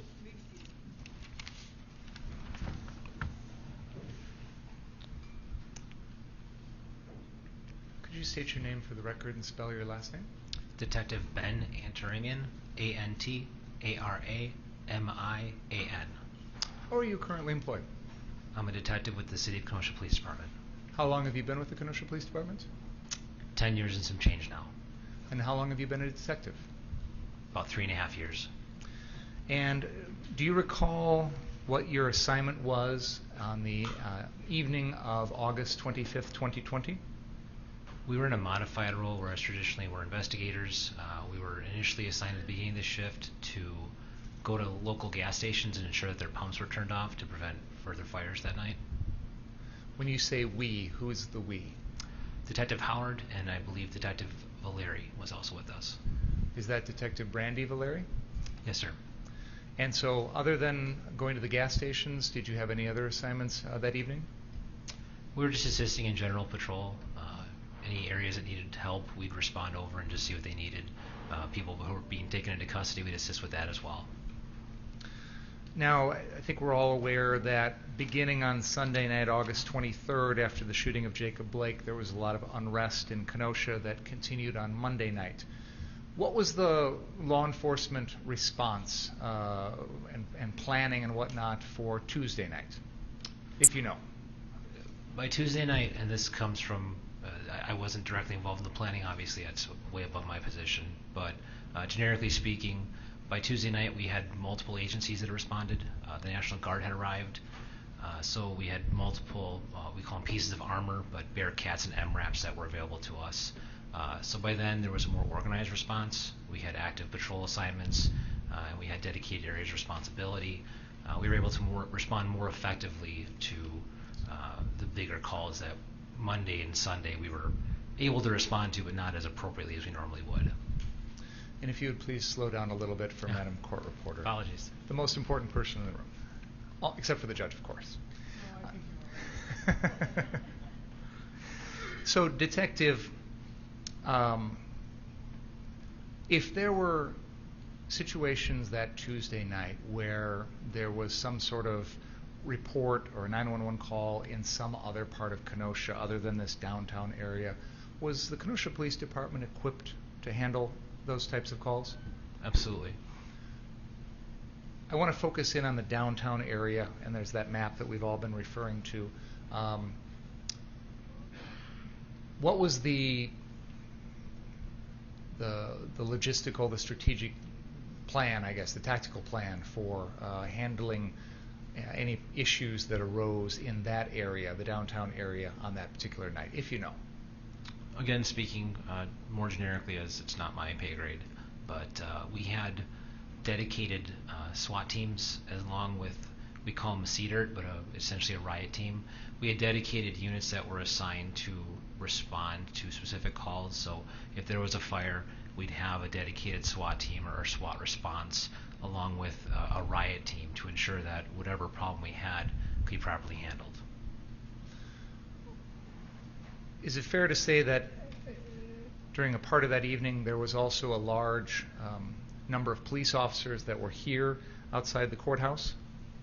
Correct. The other units that you've just described, were they separate from the people that were out in front of the courthouse? Yes, those were auxiliary personnel. And you mentioned if there was a fire. So, for example, if the 59th Street car source or the 63rd Street car source had a structure fire or a house fire along in one of those areas or something like that, was there enough resources in law enforcement to respond to something like that? To the best of my knowledge, there were, yes. What about if there were smashed out car windows? Was that something that the law enforcement was going to come in and respond to? No, unless it was a threat to life, we weren't going to be going at that point. Is it fair to say that the response depended on the type of crime, the type of report that needed to be handled? Correct. So if it was just property damage, like broken windows or something like that, was that something that police were going to respond to? Not at that time, no, not emergent. What if it were a threat to life, such as a house fire or a shooting or a serious violence incident, something like that? Were there enough resources that night for the police to come in and respond as quickly as possible? Correct, there were. We've heard a lot of testimony in this case about the defendant shooting people that night. I want to put that aside. Other than that, was anyone else killed here in Kenosha as part of all these protests, riots, civil unrest, whatever you want to call it, on the night of August 25th? No one else was killed that night. Was anyone else seriously injured? To the best of my knowledge, no.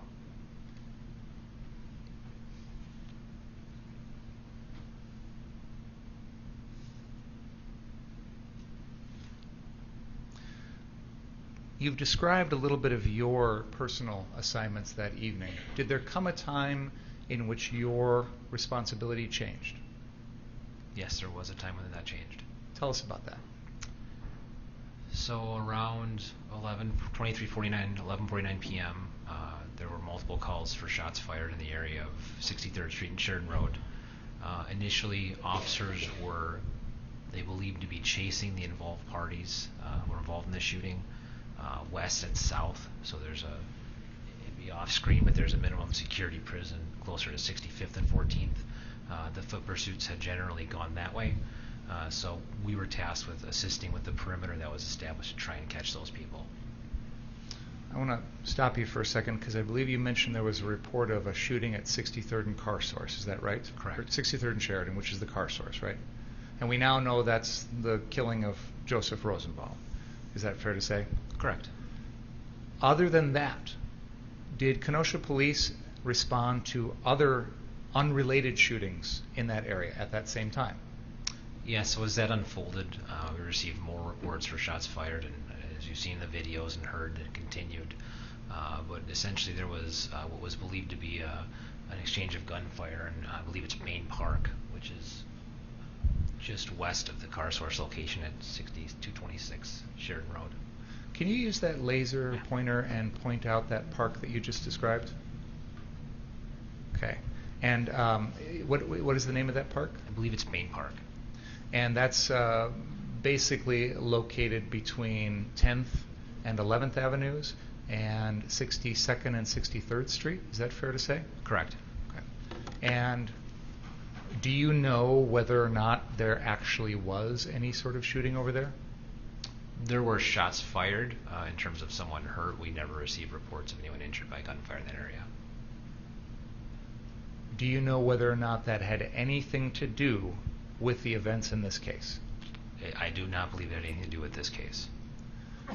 Is it fair to say, though, that while there was a need for a response to the shooting of Joseph Rosenbaum, other law enforcement resources were also trying to deal with that other incident simultaneously?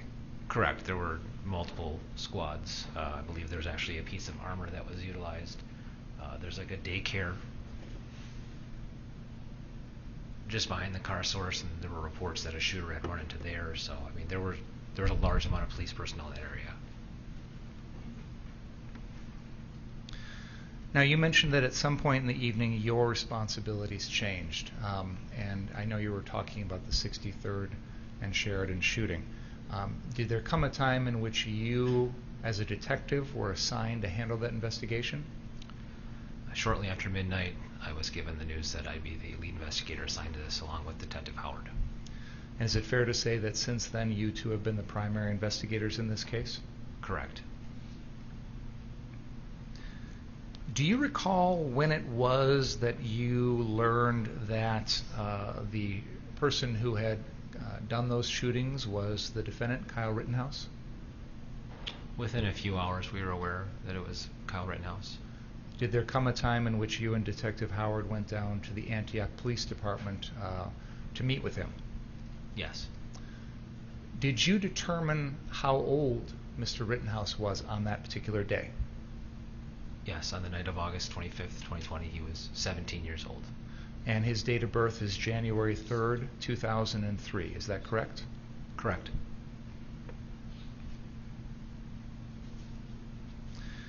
As part of your investigation, did you take possession of the firearm that was involved, that the defendant used to shoot Mr. Rosenbaum, Mr. Huber, and Mr. Grosskreutz?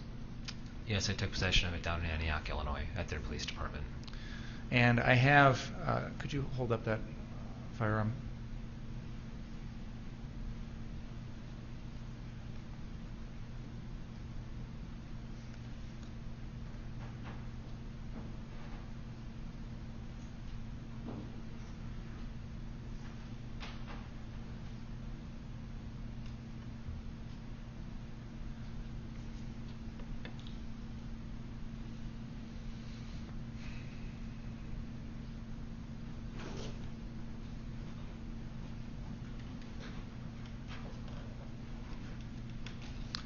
I'm having Detective Howard hold up a weapon that has been marked as exhibit number 28. You don't need to bring it to him, just if you could show it to him.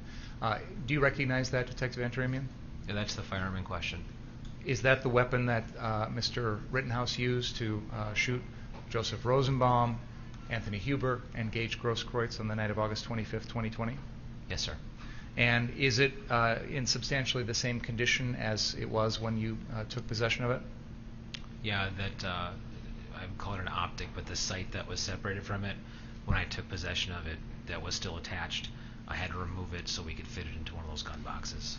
Detective Howard, could you hold that up one more time, please? I'm sorry. Making you use a lot of gloves here. I apologize.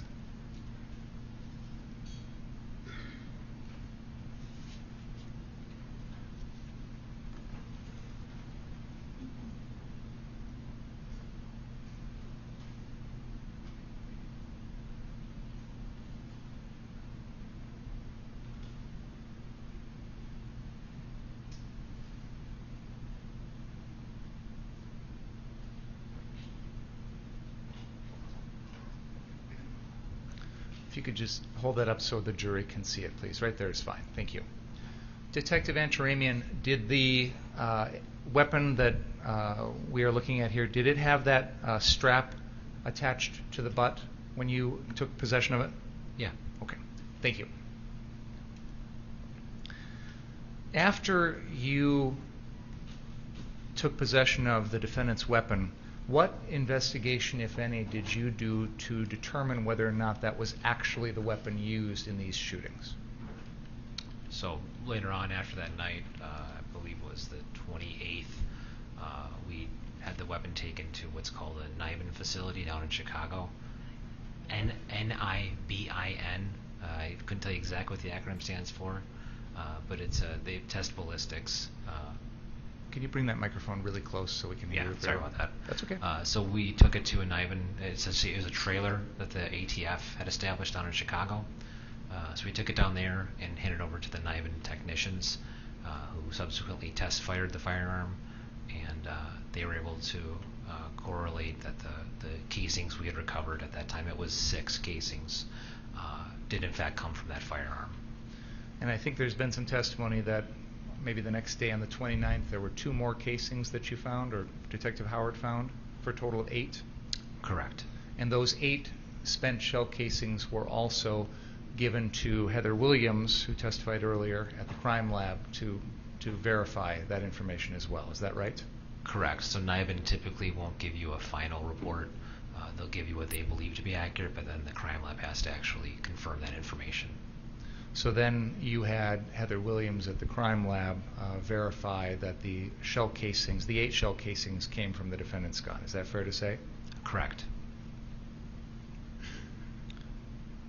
Prior to having the defendant's gun brought to NIBIN or the crime lab, was the swabbing done to see if there's DNA on the gun? Yes, the firearm was turned over to an evidence technician who performed the standard evidentiary DNA swabs they take from the firearm.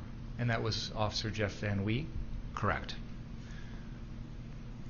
Is it possible for additional DNA testing to be done on an item in a case, a gun, a phone, any sort of physical item later on in the case? Yes. After that initial swabbing was done, did you ever receive a request from the defendant or his attorneys to have additional DNA testing done on the gun? I didn't hear what you said. You were objecting why? I'm sorry. That's right. I should use my microphone. It's bird shifting. Rephrase your question. I'll ask it this way, Detective Antaranian. After the first swabs were done by Officer Van Wee, did you ever receive a request from anyone to have additional swabs done on any part of that gun? No. If you had received such a request, would you have followed through with that? Yes.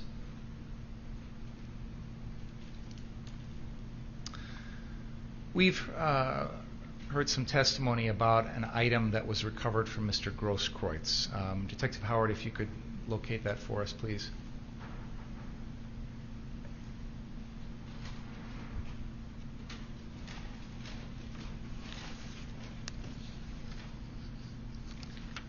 What is the exhibit sticker on there?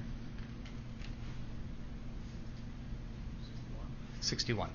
This is an item which has already been introduced into evidence as exhibit number 61. Do you recognize that item? Yes. Can you tell the jury what it is?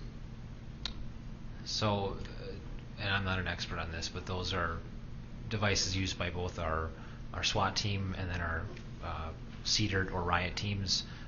They're typically referred to as like a gas bomb, if you will, in layman's terms, but it's like a nerve gas, non-lethal, that is used to disperse crowds.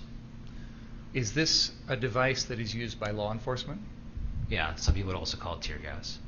Is this a device that a common layperson could create on their own at home? No, I don't believe so. Is this device, when it was recovered from Mr. Grosskreutz, had it already been used? Was it no longer capable of emitting any gas? Based off my observations, it was already spent.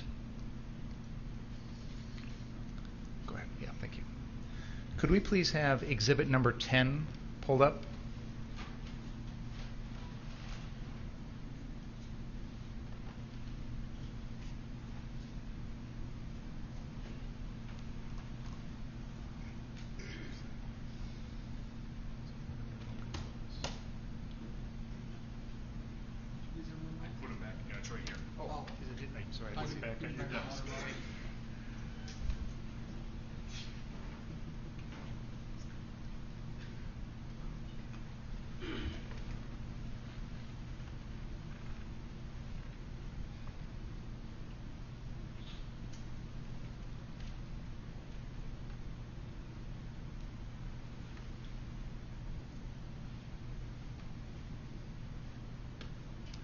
Now, Detective, as part of the investigation in this case, did you and Detective Howard work to acquire video that was recorded by various people of the shootings? Yes. And do you recognize the video that's up on this screen? It looks like one of those, yes. Okay, and this is the recorded by someone called Ford Fisher, News to Share. Is that fair to say? Yes. Okay. Could we begin playing this video? I'm going to have it stopped here in just a second, but let's go ahead. Someone just got killed. Felt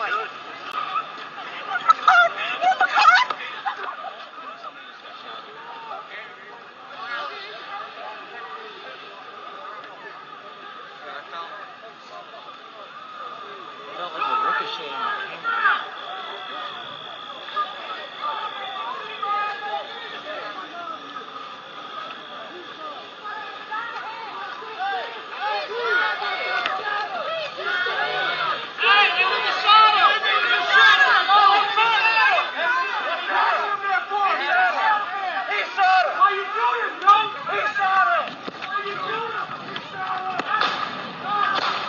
Shit.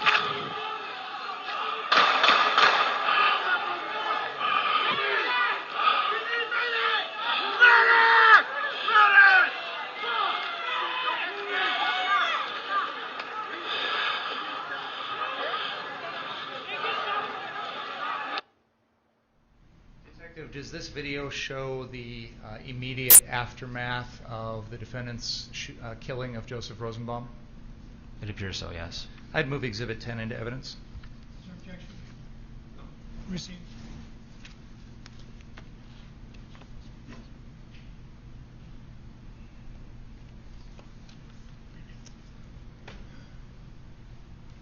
May I see you turn this for a second?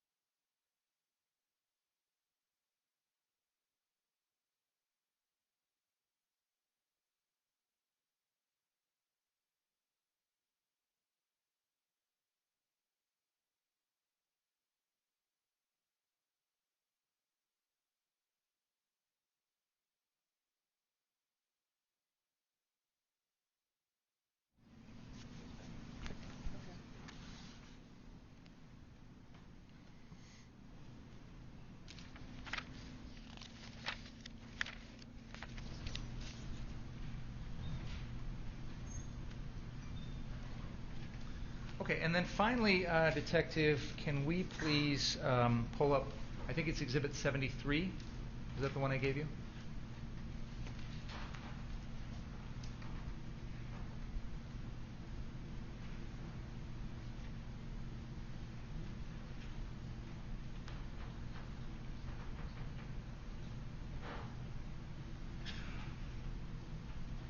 Before we begin that video, Detective, at some point in the investigation, did you become aware of the fact that there was drone video that someone had recorded?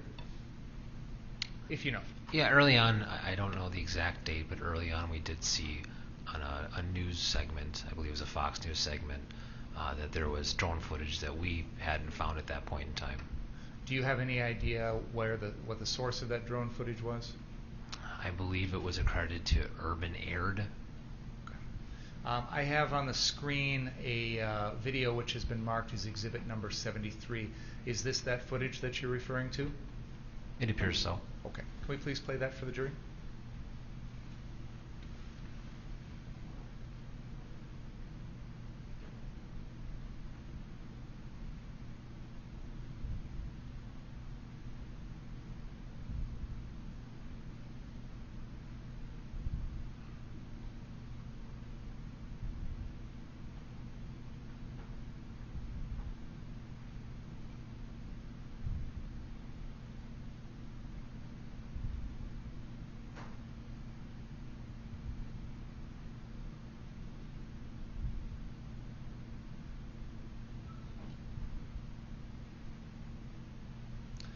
Detective, just to help everybody understand, that was footage taken from a position south of the 63rd Car Source lot looking north into the lot. Would that be roughly accurate to say? Yeah, it'd be right around that area, looking northbound. And does that show the shooting of Joseph Rosenbaum? Yes. Okay. I would move Exhibit 73 into evidence. Is there objection? I have no further questions.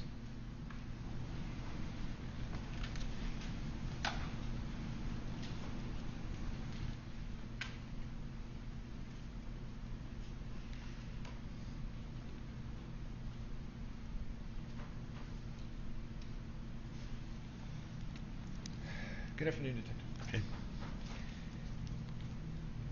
Did you, I know that you've shown us the gun. Did you ever measure the barrel on that gun? I never personally measured it. I believe on the E-trace form that I think Officer Van Week performed on, it would show that barrel length there. But I never personally did. It's not a short, you don't believe it's a short barreled rifle, do you? No, I do not. Now, you were asked some questions initially by Mr. Binger about if anybody else was killed that evening. During those time of those riots, there were people that had been seriously injured, correct? Yes. Law enforcement officers had been seriously injured, is that right? Correct. One officer was struck in the face with a brick, is that right? Yep. And then a man who came out to help that officer, somebody had filled I think it was a bottle with cement and hit that person in the face. Is that right? Breaking his jaw? I don't have firsthand knowledge of that aspect, but the brick one I know for a fact.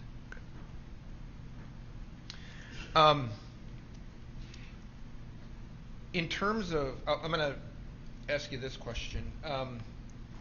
One of the things in your role as a detective was you had gotten information regarding a specific group called Armed Citizens to Protect Our Lives and Property. Is that right? Correct. And that video or that Facebook post listed specifics, August 25th, 6 p.m., things like that, right? It was like a Facebook group meeting. Okay. Your report indicates there are no indications in the email that Kyle Rittenhouse liked or showed interest in the Facebook post or the group itself, correct? Correct. And you've been present for all the testimony, is that right? I have. And so you heard some of the questions regarding Detective Howard regarding kind of what your role as a detective is, right? Yeah. You don't work for Mr. Binger, do you? No, I do not. If I said that a detective is really kind of a truth seeker, you don't care which way the evidence goes, you just want to get it right. Would that be fair? Yeah, throughout the investigation, we referred to ourselves as the fact finders. So you're not supposed to, and I'm not saying you are, you're not supposed to take sides, correct? You're just supposed to, wherever the evidence leads you, you go. Correct. We remain neutral. So when you arrived, I know that you said you arrived at the Antioch Police Department. It was about what time, if you remember? I honestly don't recall. It was a long night. Early in the morning? Yeah, absolutely. Like 3 or 4 in the morning? Sound about right? That would sound about right, yes. And at that point, can you tell me what, if anything, you had reviewed in the way of evidence? We had seen at that point, I believe, 2 videos that were circulating on social media that were pretty grainy, shared secondhand. We really didn't have the original source of it that showed, I believe, the first shooting of Joseph Rosenbaum, and then I want to say the next 2 as well in separate clips. At that point, you didn't have any, because of the time, you didn't have any, no statements had been taken yet, as far as you knew, correct? None that were relayed to me. And obviously at that point, none of the forensic work or anything like that certainly was maybe being collected, but it wasn't completed. Correct. Okay. And this was even before Gaige Grosskreitz's interview with police. True? Yeah, because first shift conducted that, and that'd be sometime after 6 or 7 a.m. The interview with Mr. Grosskreutz occurred somewhere after 6 or 7 a.m. when day shift came on. So our interactions down in Antioch were closer to 3 or 4 a.m. And you had, if I'm right, you had placed Mr. Rittenhouse under arrest for these offenses at about 6-ish in the morning? That sounds about right. Okay. And again, I'm not being critical. You had basically seen some grainy footage of the videos, and that's what you had at that point. Fair? We had his admission that he had been involved in the shootings, and then, yeah, some video, absolutely. And the next day, meaning the 27th, you are meeting with the DA's office to formalize charges against Mr. Rittenhouse, correct? To draft a criminal complaint. At that point, had you been made aware of or reviewed the statement by Richie McGinnis about what he had observed? Do you remember? I don't recall if I saw that exact one yet. We really didn't sit down and read all the reports for at least a few days, given everything and how fluid the situation was. Okay, so to be fair, he was charged prior to all of the information actually coming in, correct?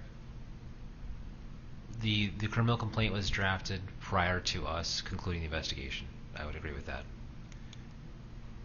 And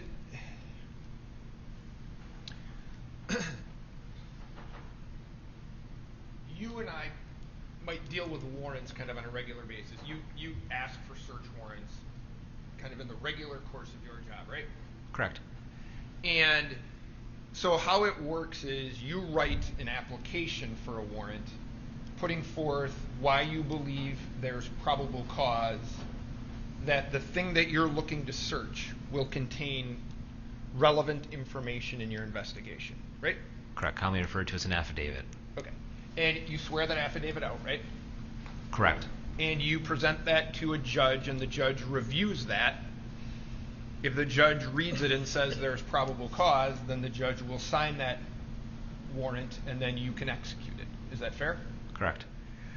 Now, in this case, you drafted an affidavit to get the phone belonging to Gaige Grosskreutz, right? I don't know if it was me who drafted the affidavit or Detective Howard, but between the two of us, an affidavit was drafted, correct. And that affidavit was presented to a Kenosha County judge? Correct. Who reviewed it and signed it? Correct. Right? Yes, sir. So you had a valid, in your mind, certainly, a valid search warrant, correct? Correct. I know there's been information or conversations about this Marcy's Law and things like that. You've been an officer for how long? 10 years? Yes, sir.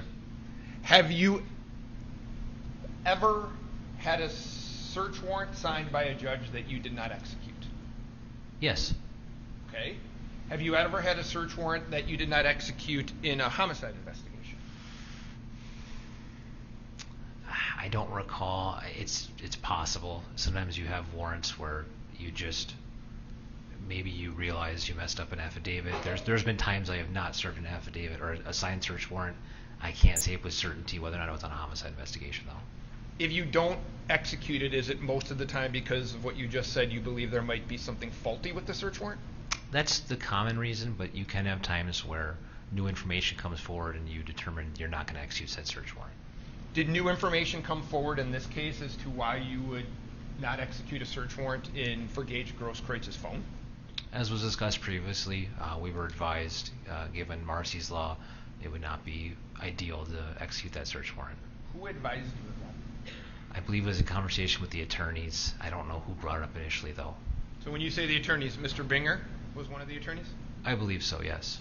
So, tell me if I'm right, the prosecutors in this case advised you not to execute the search warrant for Gaige Grosskreitz's phone? That sounds correct. Have you ever had a prosecutor say to you Detective, you have a valid search warrant. Don't execute it. Not that I can recall, no. Beyond the previous one we just discussed. Fair. Have you, since Marcy's Law went into effect, I don't want to say this improperly, have you ever relied on Marcy's Law not to execute a search warrant since it's gone into effect? We've had conversations in the aftermath, but I don't recall not searching one solely on that basis. So this is, if I'm fair, it is the only one that you recall using Marcy's Law as the basis for not doing it. Correct. And it's the only one that you recall ever getting a direction from a prosecutor handling the case not to do it. Pursuant to Marcy's Law, yes. Okay. Now, you, being the lead detective on the case, you also had an opportunity to try to interview Gaige Grosskreutz about a month or so. September 24th. Okay. And certainly he's in your mind at that point, he's an important piece in the case, right? Correct. And so you set up a time to get his statement. Fair? I don't think I was one that set it up, but there was an agreed upon meeting time, correct. Had you already reviewed, if you recall, his original statement to Officer Birch? Yeah, I had. And had you reviewed the video in the case as well, involving Mr. Grosskreutz? Yeah. So you knew that he had lied about dropping his gun, correct? There was definitely a discrepancy between what the video showed us and what his original statement to Officer Birch showed. And when you interview Mr. Grosskreutz in September, once you kind of get to the meat and potatoes about what had happened with him, he refused to answer your questions. Is that right? He consulted with his attorney, and yeah, we did not get all of our questions answered. Did you have an opportunity to confront him with the, as you describe them, inconsistencies or discrepancies with his original statement? Did you have an opportunity to kind of talk to him about those? I attempted to, yeah. Would he answer those questions? No. No? No, he would not, sorry.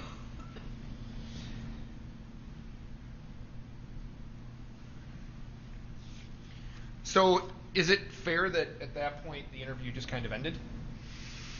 He doesn't answer your questions. I'm assuming then at that point it's over? For the most part, it sounds correct. You asked for permission or consent to look through his phone. Is that right? Correct. And you did that for multiple people in this case. Did you not ask for permission? Yes, we asked many people. And there's actually a form that you use that they sign that grants you permission to do that, right? Correct. Okay. And in this particular case,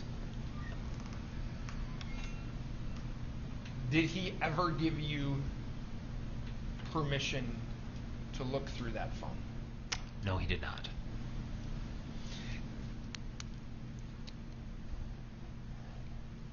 There was, and you've heard about this skateboard in this case, the skateboard belonging to Anthony Huber, right? Correct.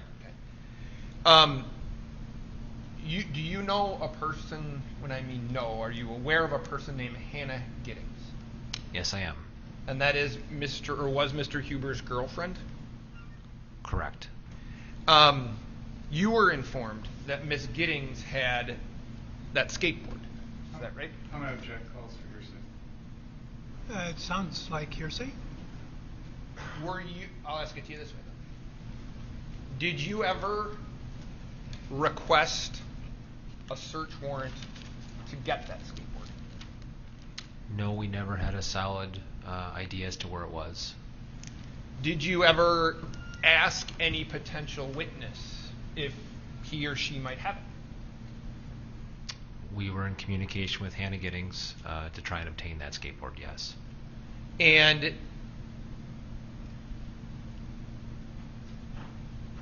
I don't want you to tell me what she said, but based on the information that you had, Do you think that you had a basis to get a search warrant for it?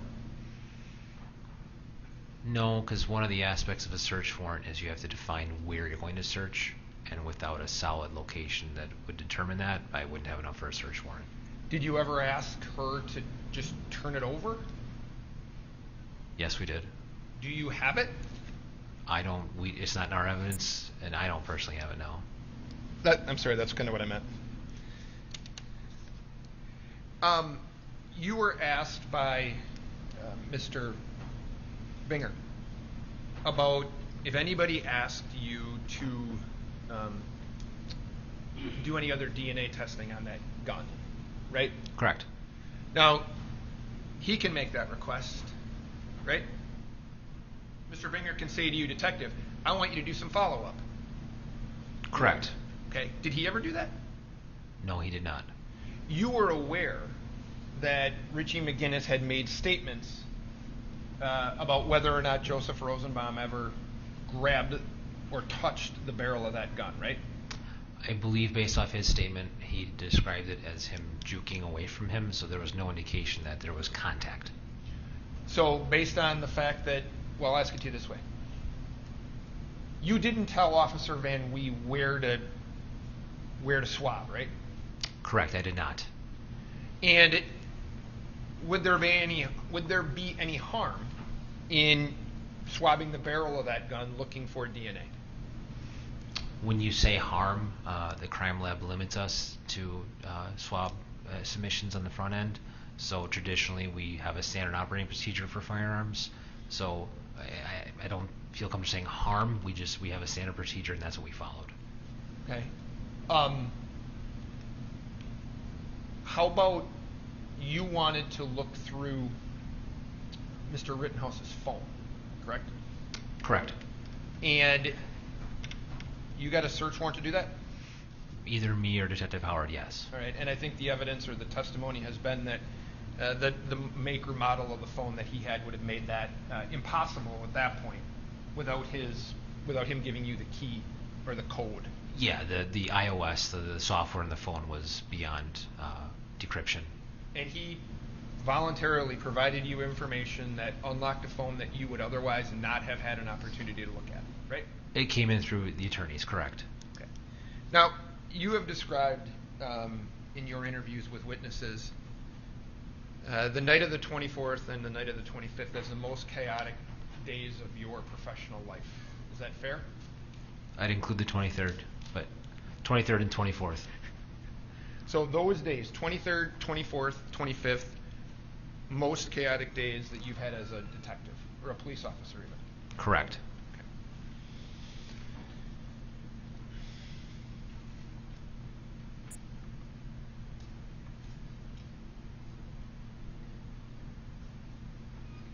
So it's Exhibit 39. You've seen this picture? Yes, it's an evidence. Yeah. Okay. So that gentleman whose body's cut off, but with the camo pants on, that's Joseph Zeminski, right? Joshua Zeminski, right? Yeah, on the left-hand side. Right. And his wife is pointing at him. That's Kelly? Kelly Zeminski, or Kelly Dunn. Okay, fair enough. And he's, I don't know, you see that he's holding a pistol in his right hand? Agreed. Okay. Now, you see him, if you're comfortable saying this, you see him throughout the evening, throughout your investigation in various videos and things like that, correct? Correct. Did you conduct, or somebody in your department conduct an interview with Mr., I don't want you to tell me what he said. Did you conduct an interview with Mr. Zeminski? Yeah, Detective Howard and I interviewed him. Did you attempt to locate that pistol? Yes. Were you able to locate that pistol? No. Did you hear me? Yeah, you said that you were unable We were unable to locate that pistol, correct. Why wasn't it? He had reported it stolen prior to our interview with him. So it was gone? According to him. Now, have you have, is it fair to say as the lead detective, or one of the lead detectives, I don't want to take anything away from Detective Howard, that you have reviewed all of the videos in this case? I have not personally, no. No? No, between the two of us. Split them up, kind of? He did the bulk of the video investigation. Okay. Have you seen the video with Joseph Rosenbaum screaming, "Shoot me," and then saying the N-word? I have seen that video, yes. Okay. Have you observed, in a minute, this is 74. I'm going to show you what has been marked as Exhibit 74. Take a peek at that. Does that appear to be the backside of Joseph Rosenbaum? Yeah, it does. Okay. Bring it up.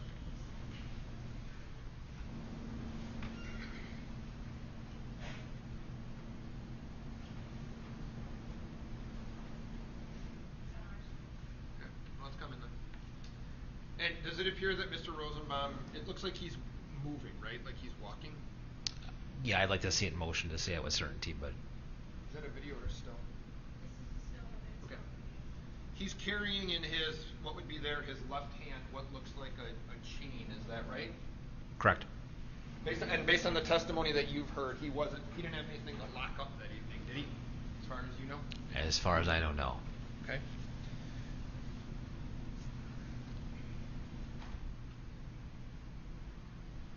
I'm going to show you Exhibit 75. Did Judge Evan move 74? I don't think I did.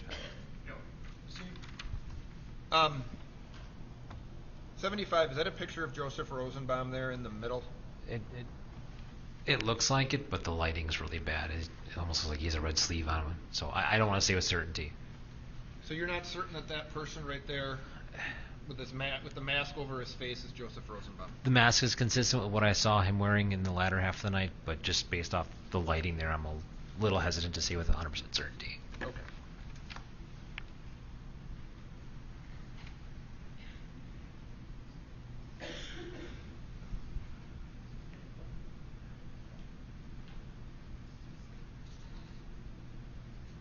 Can you bring that back up for a second?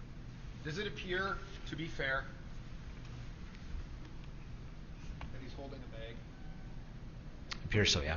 Okay, so, and we've heard a million times that Joseph Rosenbaum had a bag?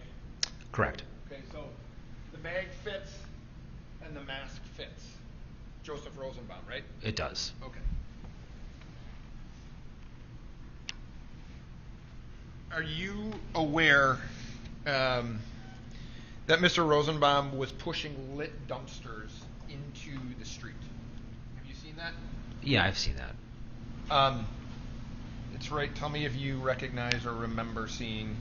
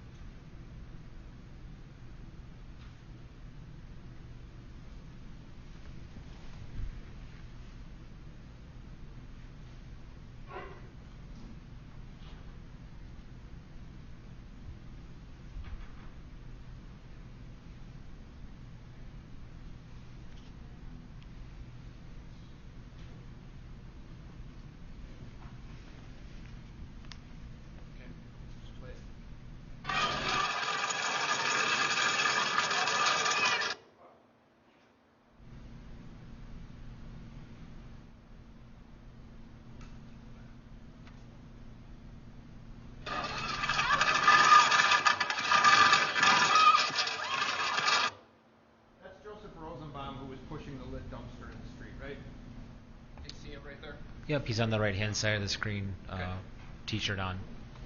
Okay, and so you see him, you're aware that he's screaming racial epithets, you're aware that he's got the chain, he's pushing dumpsters. You also see that he tipped over a porta potty, right? I don't remember ever seeing that personally, but that's been relayed to me, yes. That's been relayed to me. I don't remember seeing it personally, though. You didn't see this in your investigation?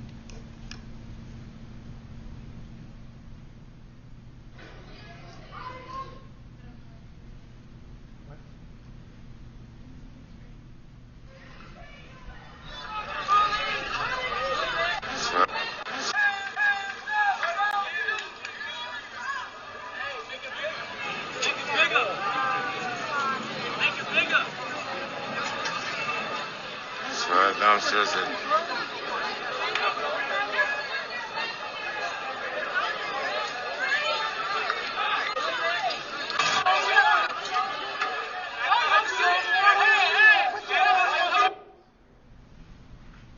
So you saw him pushing over the porta potty. Would you agree that his behavior is that of somebody who is acting like a rioter? I'm going to object, Your Honor. It's just a characterization the jury can decide for themselves Can you read it? to the extent that they need to do so. Sorry, Repeat the question. You don't have to answer the question. Okay. Do you sustain the objection, Judge? I sustain the objection. Oh, okay. I'm sorry. You also heard Carrie Ann Swart talk about him carrying an empty water bottle around with him, or multiple water bottles with him, right? I remember hearing one. I don't remember hearing multiple. Okay. And that you remember her telling us, meaning us in court, that she took it with him when he left, right? He took it with him when he left. Yep. Yes. And are you aware that there's been indications that homemade gas bombs were made from water bottles that evening? I have heard that, correct. Now,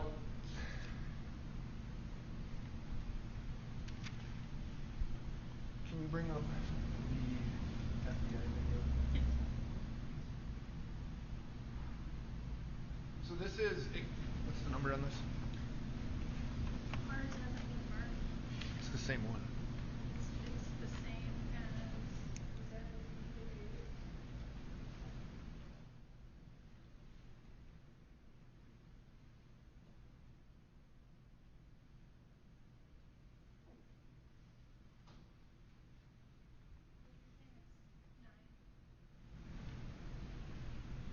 Do you have an objection if I just show this? So, and this is the FBI fixed wing video, right? Correct. Okay. So, go ahead.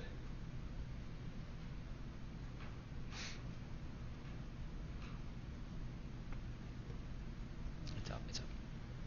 Okay, stop it.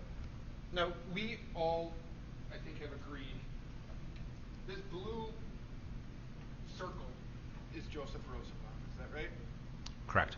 Okay. So, to be fair, there's been talk about whether or not Mr.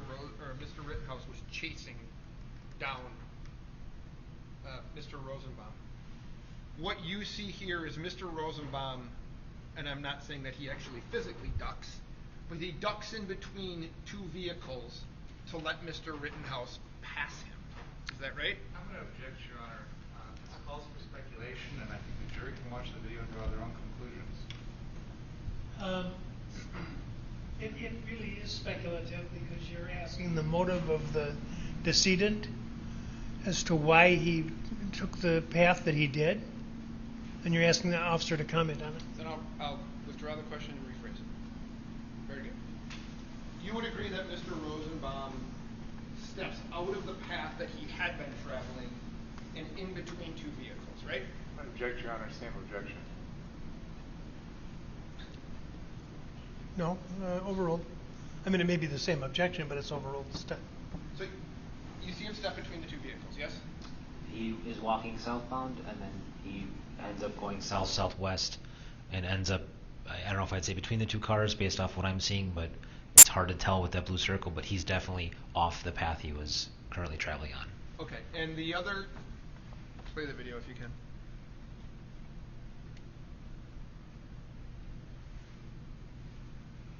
And when Mr.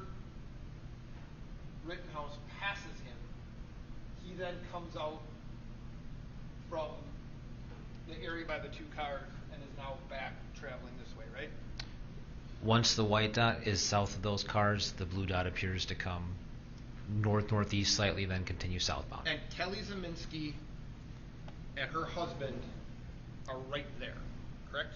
When you say right there, they're the green and pink dot, I would say. Yeah, so they're right next to, or the two closest people to Mr. Rittenhouse and Mr. Rosenbaum, right? At that time, it appears so, yes. Okay. Did you hear I don't know if it's been played yet. Did you hear a portion of a tape? So we know Kyle Rittenhouse says, or you believe that you hear friendly, friendly, friendly. That's been discussed, right? I haven't said that, but it's been said, yes.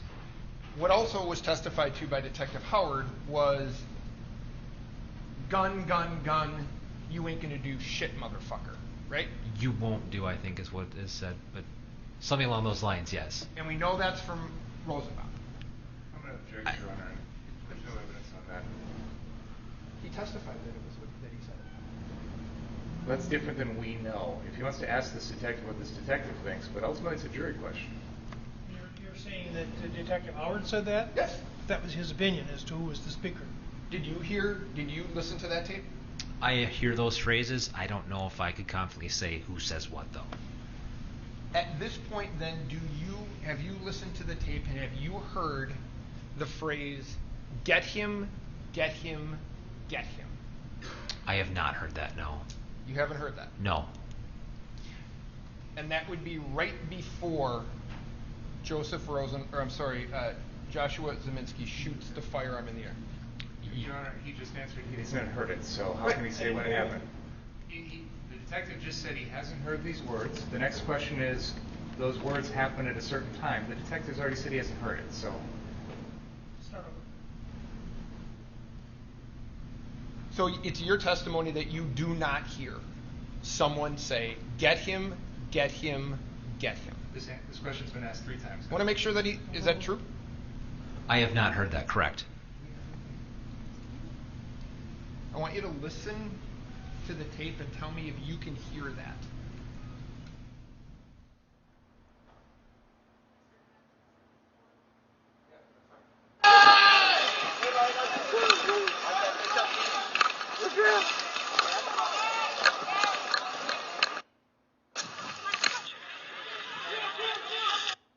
Do it again. I want you to listen to that, okay? Mm-hmm.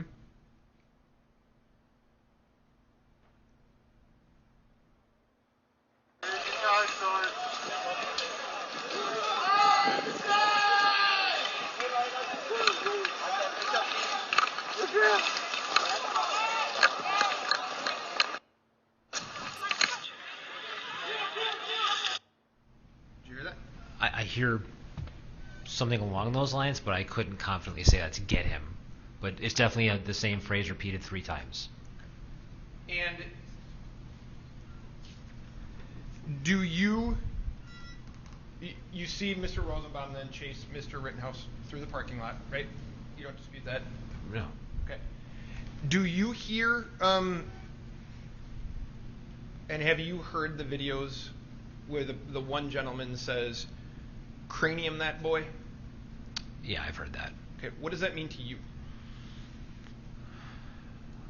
I would assume it's someone talking about hitting someone in the head is my best guess.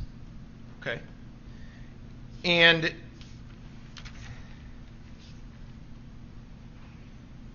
you observe Mr. Rittenhouse speaking to Mr.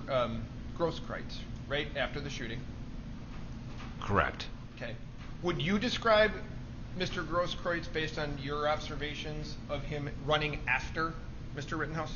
Your Honor, I'm going to object. This is characterizing a video we've all seen. The jury can draw their own conclusions. And Mr. Grosskreutz has already testified on this point. Overruled. Could you repeat what you asked, please? Did you, based on your training and experience as a police officer, watching the videos, did it appear to you that Mr. Grosskreutz was chasing after the defendant? Chasing after Mr. Rittenhouse? He was definitely running in the same direction. Behind him? Behind his path. Okay. No comment on the witness's answer, orally or with facial reaction. Very good. Thank you. What I want to ask you about, too, is there are multiple times, we've talked about the times that Mr. Rittenhouse has actually pulled the trigger, right? Yes. Yeah. You'd agree there are multiple times, based on the surrounding circumstances, that he doesn't pull the trigger, right? I can think of one time for sure I've seen where, when you say he didn't pull the trigger, I don't. The gun may be pointed at someone. You saw the video where the person, I showed it to Mr. Grosskreutz, the person runs up to Mr. Rittenhouse and then steps back, right? Yes, I've seen that. Correct. And no shot fired. Correct. You saw other people that were kind of, it wasn't a 2 or 3 person chase. There were multiple people kind of around Mr. Rittenhouse, some of them brandishing weapons, correct? There were people, and there were people that were armed, absolutely. And those people who didn't attack him, he didn't fire at them, did he? Correct. The only people that he fired at were people that had either kicked him, hit him with something, or pulled a gun on him when he's running down Sheridan Road, right? I would agree with that statement. And after initially when he sees Gaige Grosskreutz, you'd agree when Mr. Grosskreutz's hands are up, he doesn't fire. Correct. There's a person to Mr. Grosskreitz's, it would be his left, with a metal pipe. Do you remember that? I know earlier we saw, you called it a wooden club. I don't know, I remember seeing a wooden, or fairly off the distance, there's a metal pipe, yes. And so people who are armed, he doesn't fire at any of those people, does he? Correct.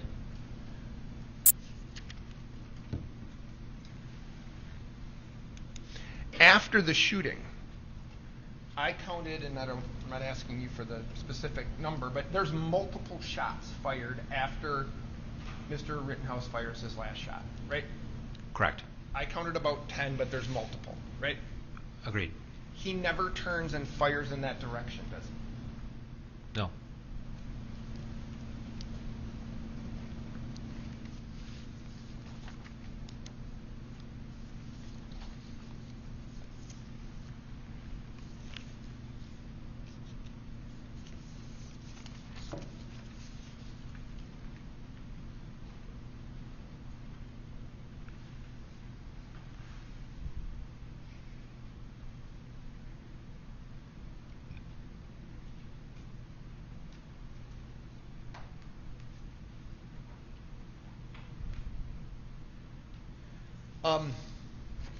So I think it was the video that Mr. Binger showed you, the drone footage. He showed you that on direct examination. Okay. Do you know where that came from?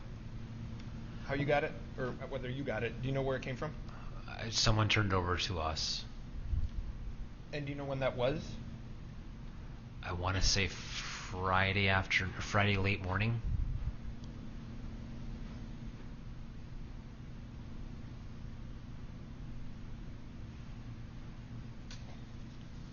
If you know, Hannah Giddings, was she in court while this hearing's been going on, this trial? I believe I saw her today, but beyond that, I can't say with certainty beyond that. So you believe she was here today? I believe so, yes. Okay. Was there, don't take it as a criticism, was there any effort to get the skateboard, talk to her about that today? No.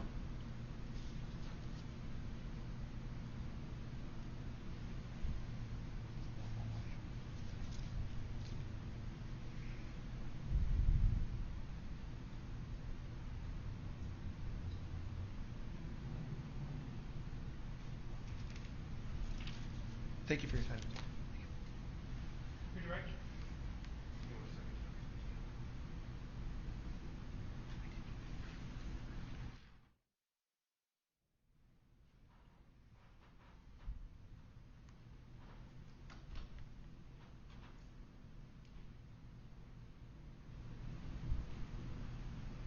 Detective, this drone footage that we just showed the jury, the version that we showed the jury, did you and Detective Howard have any versions of that prior to Friday?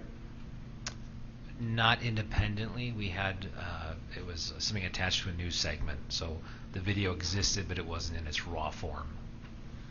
That was a news segment on Tucker Carlson on Fox News, do you know? That sounds correct.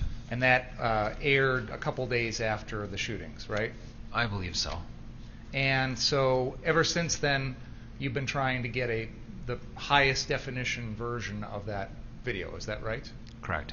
And now we have it? It appears so. And after we got it on Friday, did you take a look at it? A little bit, yeah. And did you get a chance to look at it at home? A little bit. Okay. Did you were you able to zoom in and look at details of the defendant's actions in that video? Yes. What did you see? So it appears that when the defendant comes around what we've been referring to as the Duramax vehicle, he deliberately, when I say deliberately, with caution and intentionally, sets down the fire extinguisher and then appears to bring his rifle up and point it in the direction of the Zeminskis. Then what happens? It's hard to tell based off where it was and based off what I was viewing it on, which was my work phone, so it wasn't the highest def. But it looks like Joshua Zeminski takes a couple steps towards him, and then at that point, the defendant starts to run, and then Rosenbaum follows. Does the video also show the shooting, the killing of Mr. Rosenbaum? It does. And when you look at that video, how close does Mr. Rosenbaum appear to be to the defendant? This is just going off of me looking at it again on a phone, but not closer than a few feet. Not close enough to touch the defendant? It does not appear so, no. Now, I want to go back to the beginning of your testimony. You were asked about the process by which a criminal complaint was drafted in this case, and I think you said that that was done before the investigation was complete. Is that fair to say? Correct. Why would a criminal complaint be prepared before the investigation is complete? It's not atypical for that to happen, especially in a major case, a homicide. There's a lot of legwork that has to be done, even when you know who did it. So in this case, we obviously knew who did it, but we have to get all the facts. So we'll typically, in this situation, because there was an extradition issue, the defendant was in Illinois and we needed him up here to be heard for court, we had to get a warrant entered in to have that done, which is why you typically would do an early probable cause statement versus waiting until the investigation completed. Are there also time limits in terms of how long someone can be held in custody pending possible criminal charges? Yeah, I believe it's 48 hours. Is it fair to say that after the complaint was drafted and filed with the court that you continued to investigate the case? Absolutely. And Detective Howard did as well? Correct. Did any of the subsequent investigation you did, any of the new information you gathered, change your original referral to the district attorney's office for criminal charges against the defendant? I haven't read the criminal complaint in a long time, so I can't say with certainty, but I don't recall any changing the grand scope. You were asked questions about Gaige Grosskreutz's phone. Without having possession of his phone, did you have access to his Facebook Live video? We had a copy, but I don't believe it was the original copy. Again, it was one of these things where it wasn't the highest possible resolution of it? Yeah, I think someone used like a screen capture software program and saved a copy. Based on what you saw in that Facebook Live video, do you feel like, without having his phone, you knew what Gaige Grosskreutz had done that night before the defendant shot him? In the immediate time beforehand, not the rest of the night, though. You were asked some questions about Anthony Huber's skateboard. When you watch the videos of the defendant killing Anthony Huber, were you able to see that skateboard clearly? Yeah. Are you generally familiar with skateboards yourself? No. Have you ever ridden a skateboard? No. Do you know anyone who has? He knows anybody that's ridden a skateboard. What is the relevance? Well, I think the point is we need this exact skateboard, and I'm exploring his familiarity with skateboards in general. Because once you've seen one, you've pretty much seen them all. I'm going to sustain the objection. Fair enough. You also were asked about, and there's been references in the testimony to some video in which Joseph Rosenbaum says, "Shoot me," followed by the N-word, "shoot me," followed by the N-word. I don't know that we've actually played those videos, but do you have any idea what was leading up to that? It appears there was some back and forth in the parking or the service station at the southeast corner of 60th and Sheridan. Was he upset because someone had shot a gun at him? Or, I mean, pointed a gun at him? It appeared he alluded to that, yes. Speculative. Disregard the answer, please. You were asked questions about this empty plastic water bottle.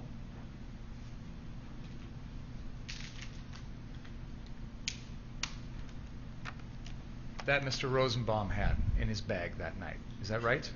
Correct. Do you have any indication that Mr. Rosenbaum ever created any sort of chemical bomb or ammonia and bleach bomb or anything like that night? No. Do you have any indication that at any point before he was killed by the defendant, there was anything in that bottle? No. When you see people carrying around empty plastic water bottles, does that suggest to you that they're about to commit a crime? No.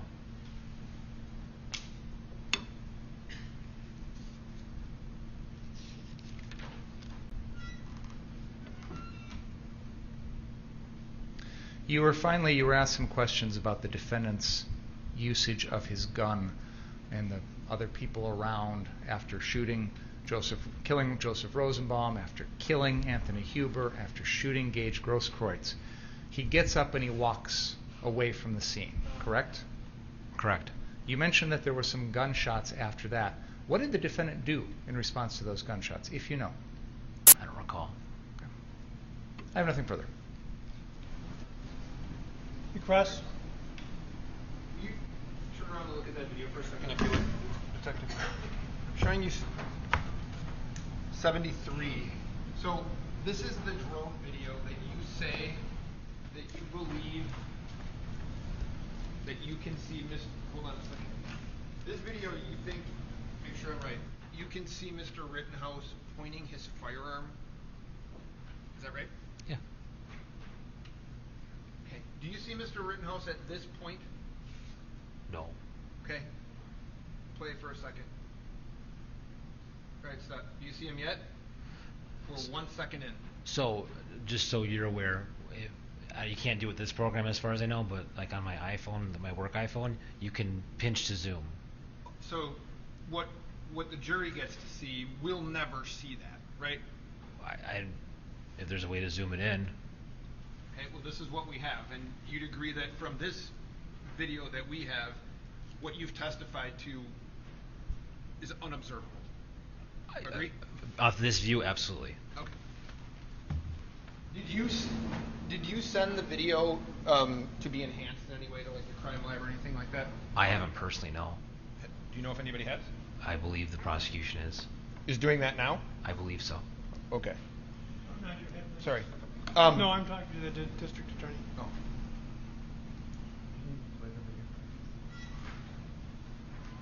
So this is the video where hold on. That's Joseph Rosenbaum, right? In the middle. This gentleman right Red here? shirt, black pocket. Yep, this is him. Okay. Can you play the video, please?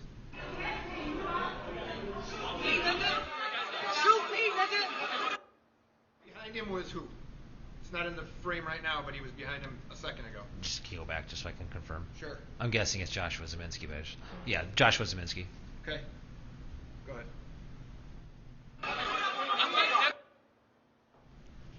Wait. Everything you got, shoot me, nigga. Shoot me, nigga.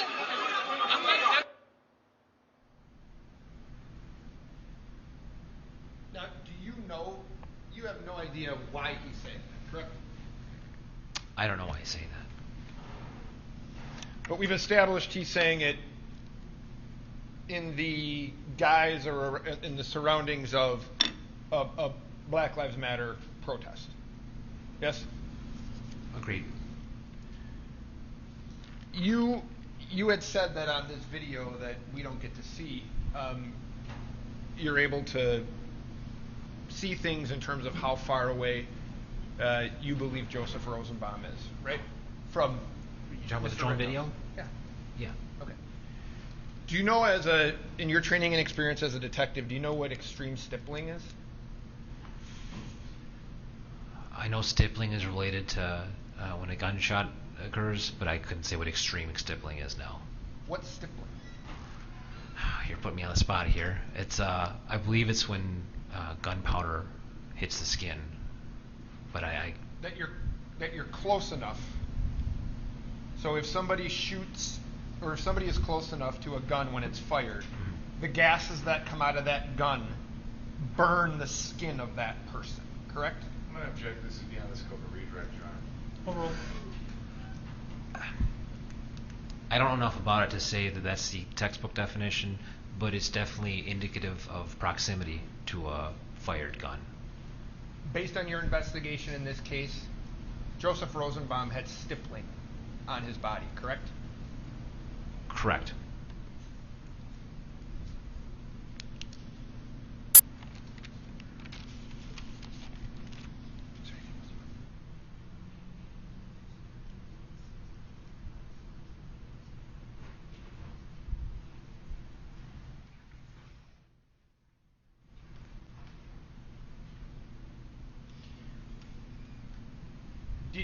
Through your investigation, do you know if Mr. Rosenbaum had stippling on his hand? I'd have to see the medical examiner's report to say yes or no. You don't have a recollection of that? I don't. Do you have a recollection of where you observed it? I remember seeing it in the preliminary autopsy results, but I don't remember exactly where now. This is a bad question. When I say where, I mean where on his body? I don't remember, no.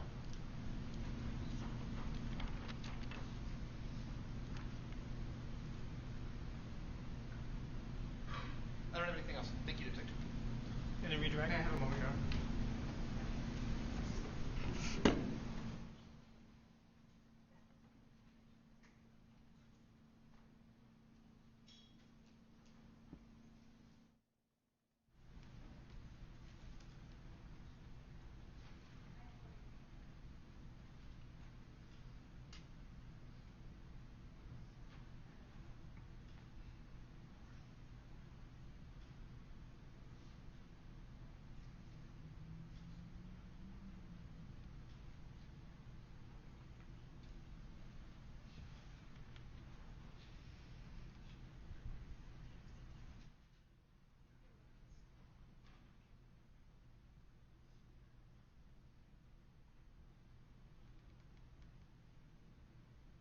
Trying to locate the full video that was just shown to the jury there. Could I just have a minute to see if I can find that?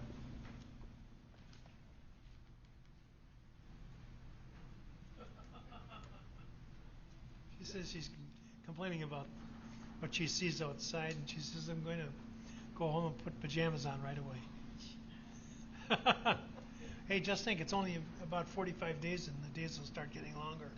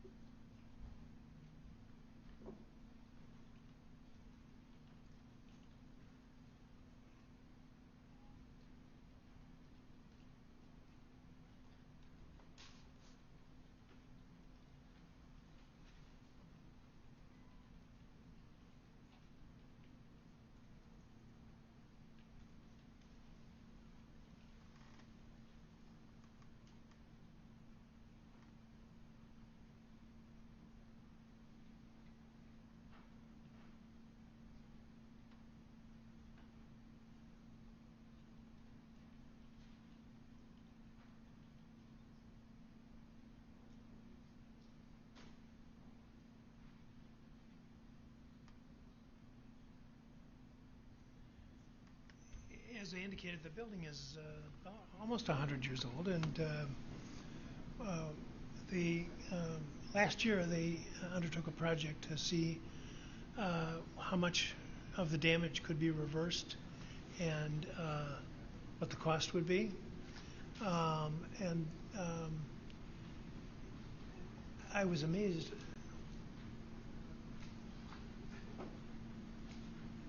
I don't mean to interrupt. Go ahead. No, we're getting set No, up. I could go on for hours, as anyone who works here knows. But we'll. I'm getting the rest of that video. Okay. There was an excerpt just played for the under the rule of completeness. I'd like to have the whole thing played, so I'm getting that ready to go. Okay, let me know when you're ready. Yep, it should be in a couple seconds. In a couple seconds. Well, then I'm accustomed. I'll be quiet. Okay, this is the Twitter Julio Rosas, the fight at Ultimate Gas Part 1. Can we play that, please?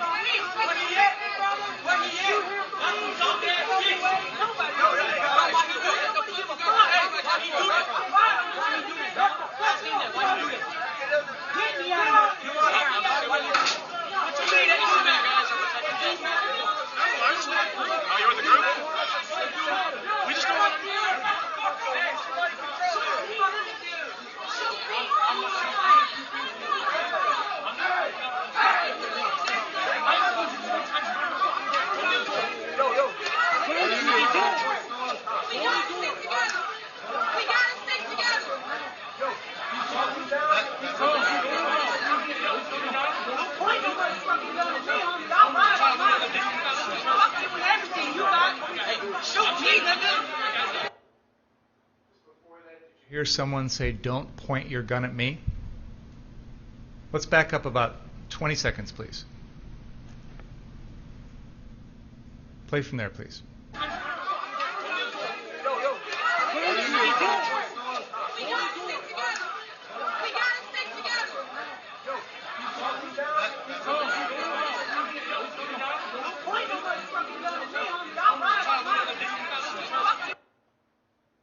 Someone just now say, "Don't point your motherfucking gun at me"? I honestly did, no. Okay, let's play that back again, please. 10 more seconds, please. Go ahead.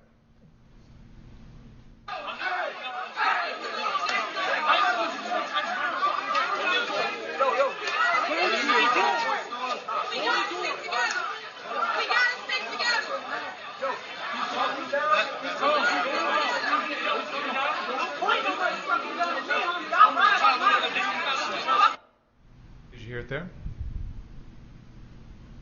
I heard part of it, but Okay, let's play this to the end, and then we'll play the next clip, which just to give the whole sequence. Shoot me, nigga! Shoot me, nigga!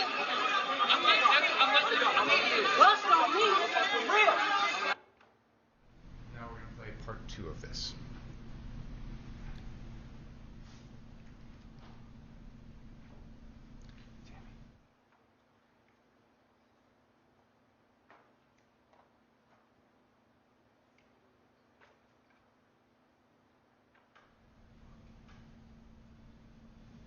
So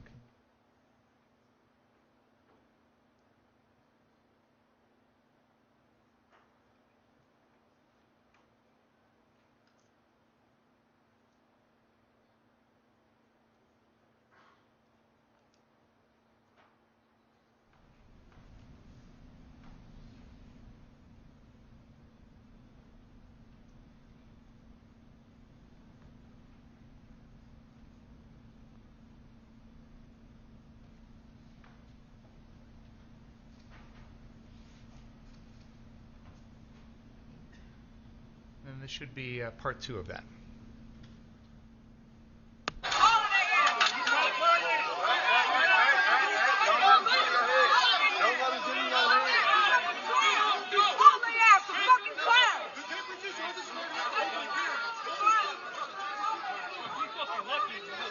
Fucking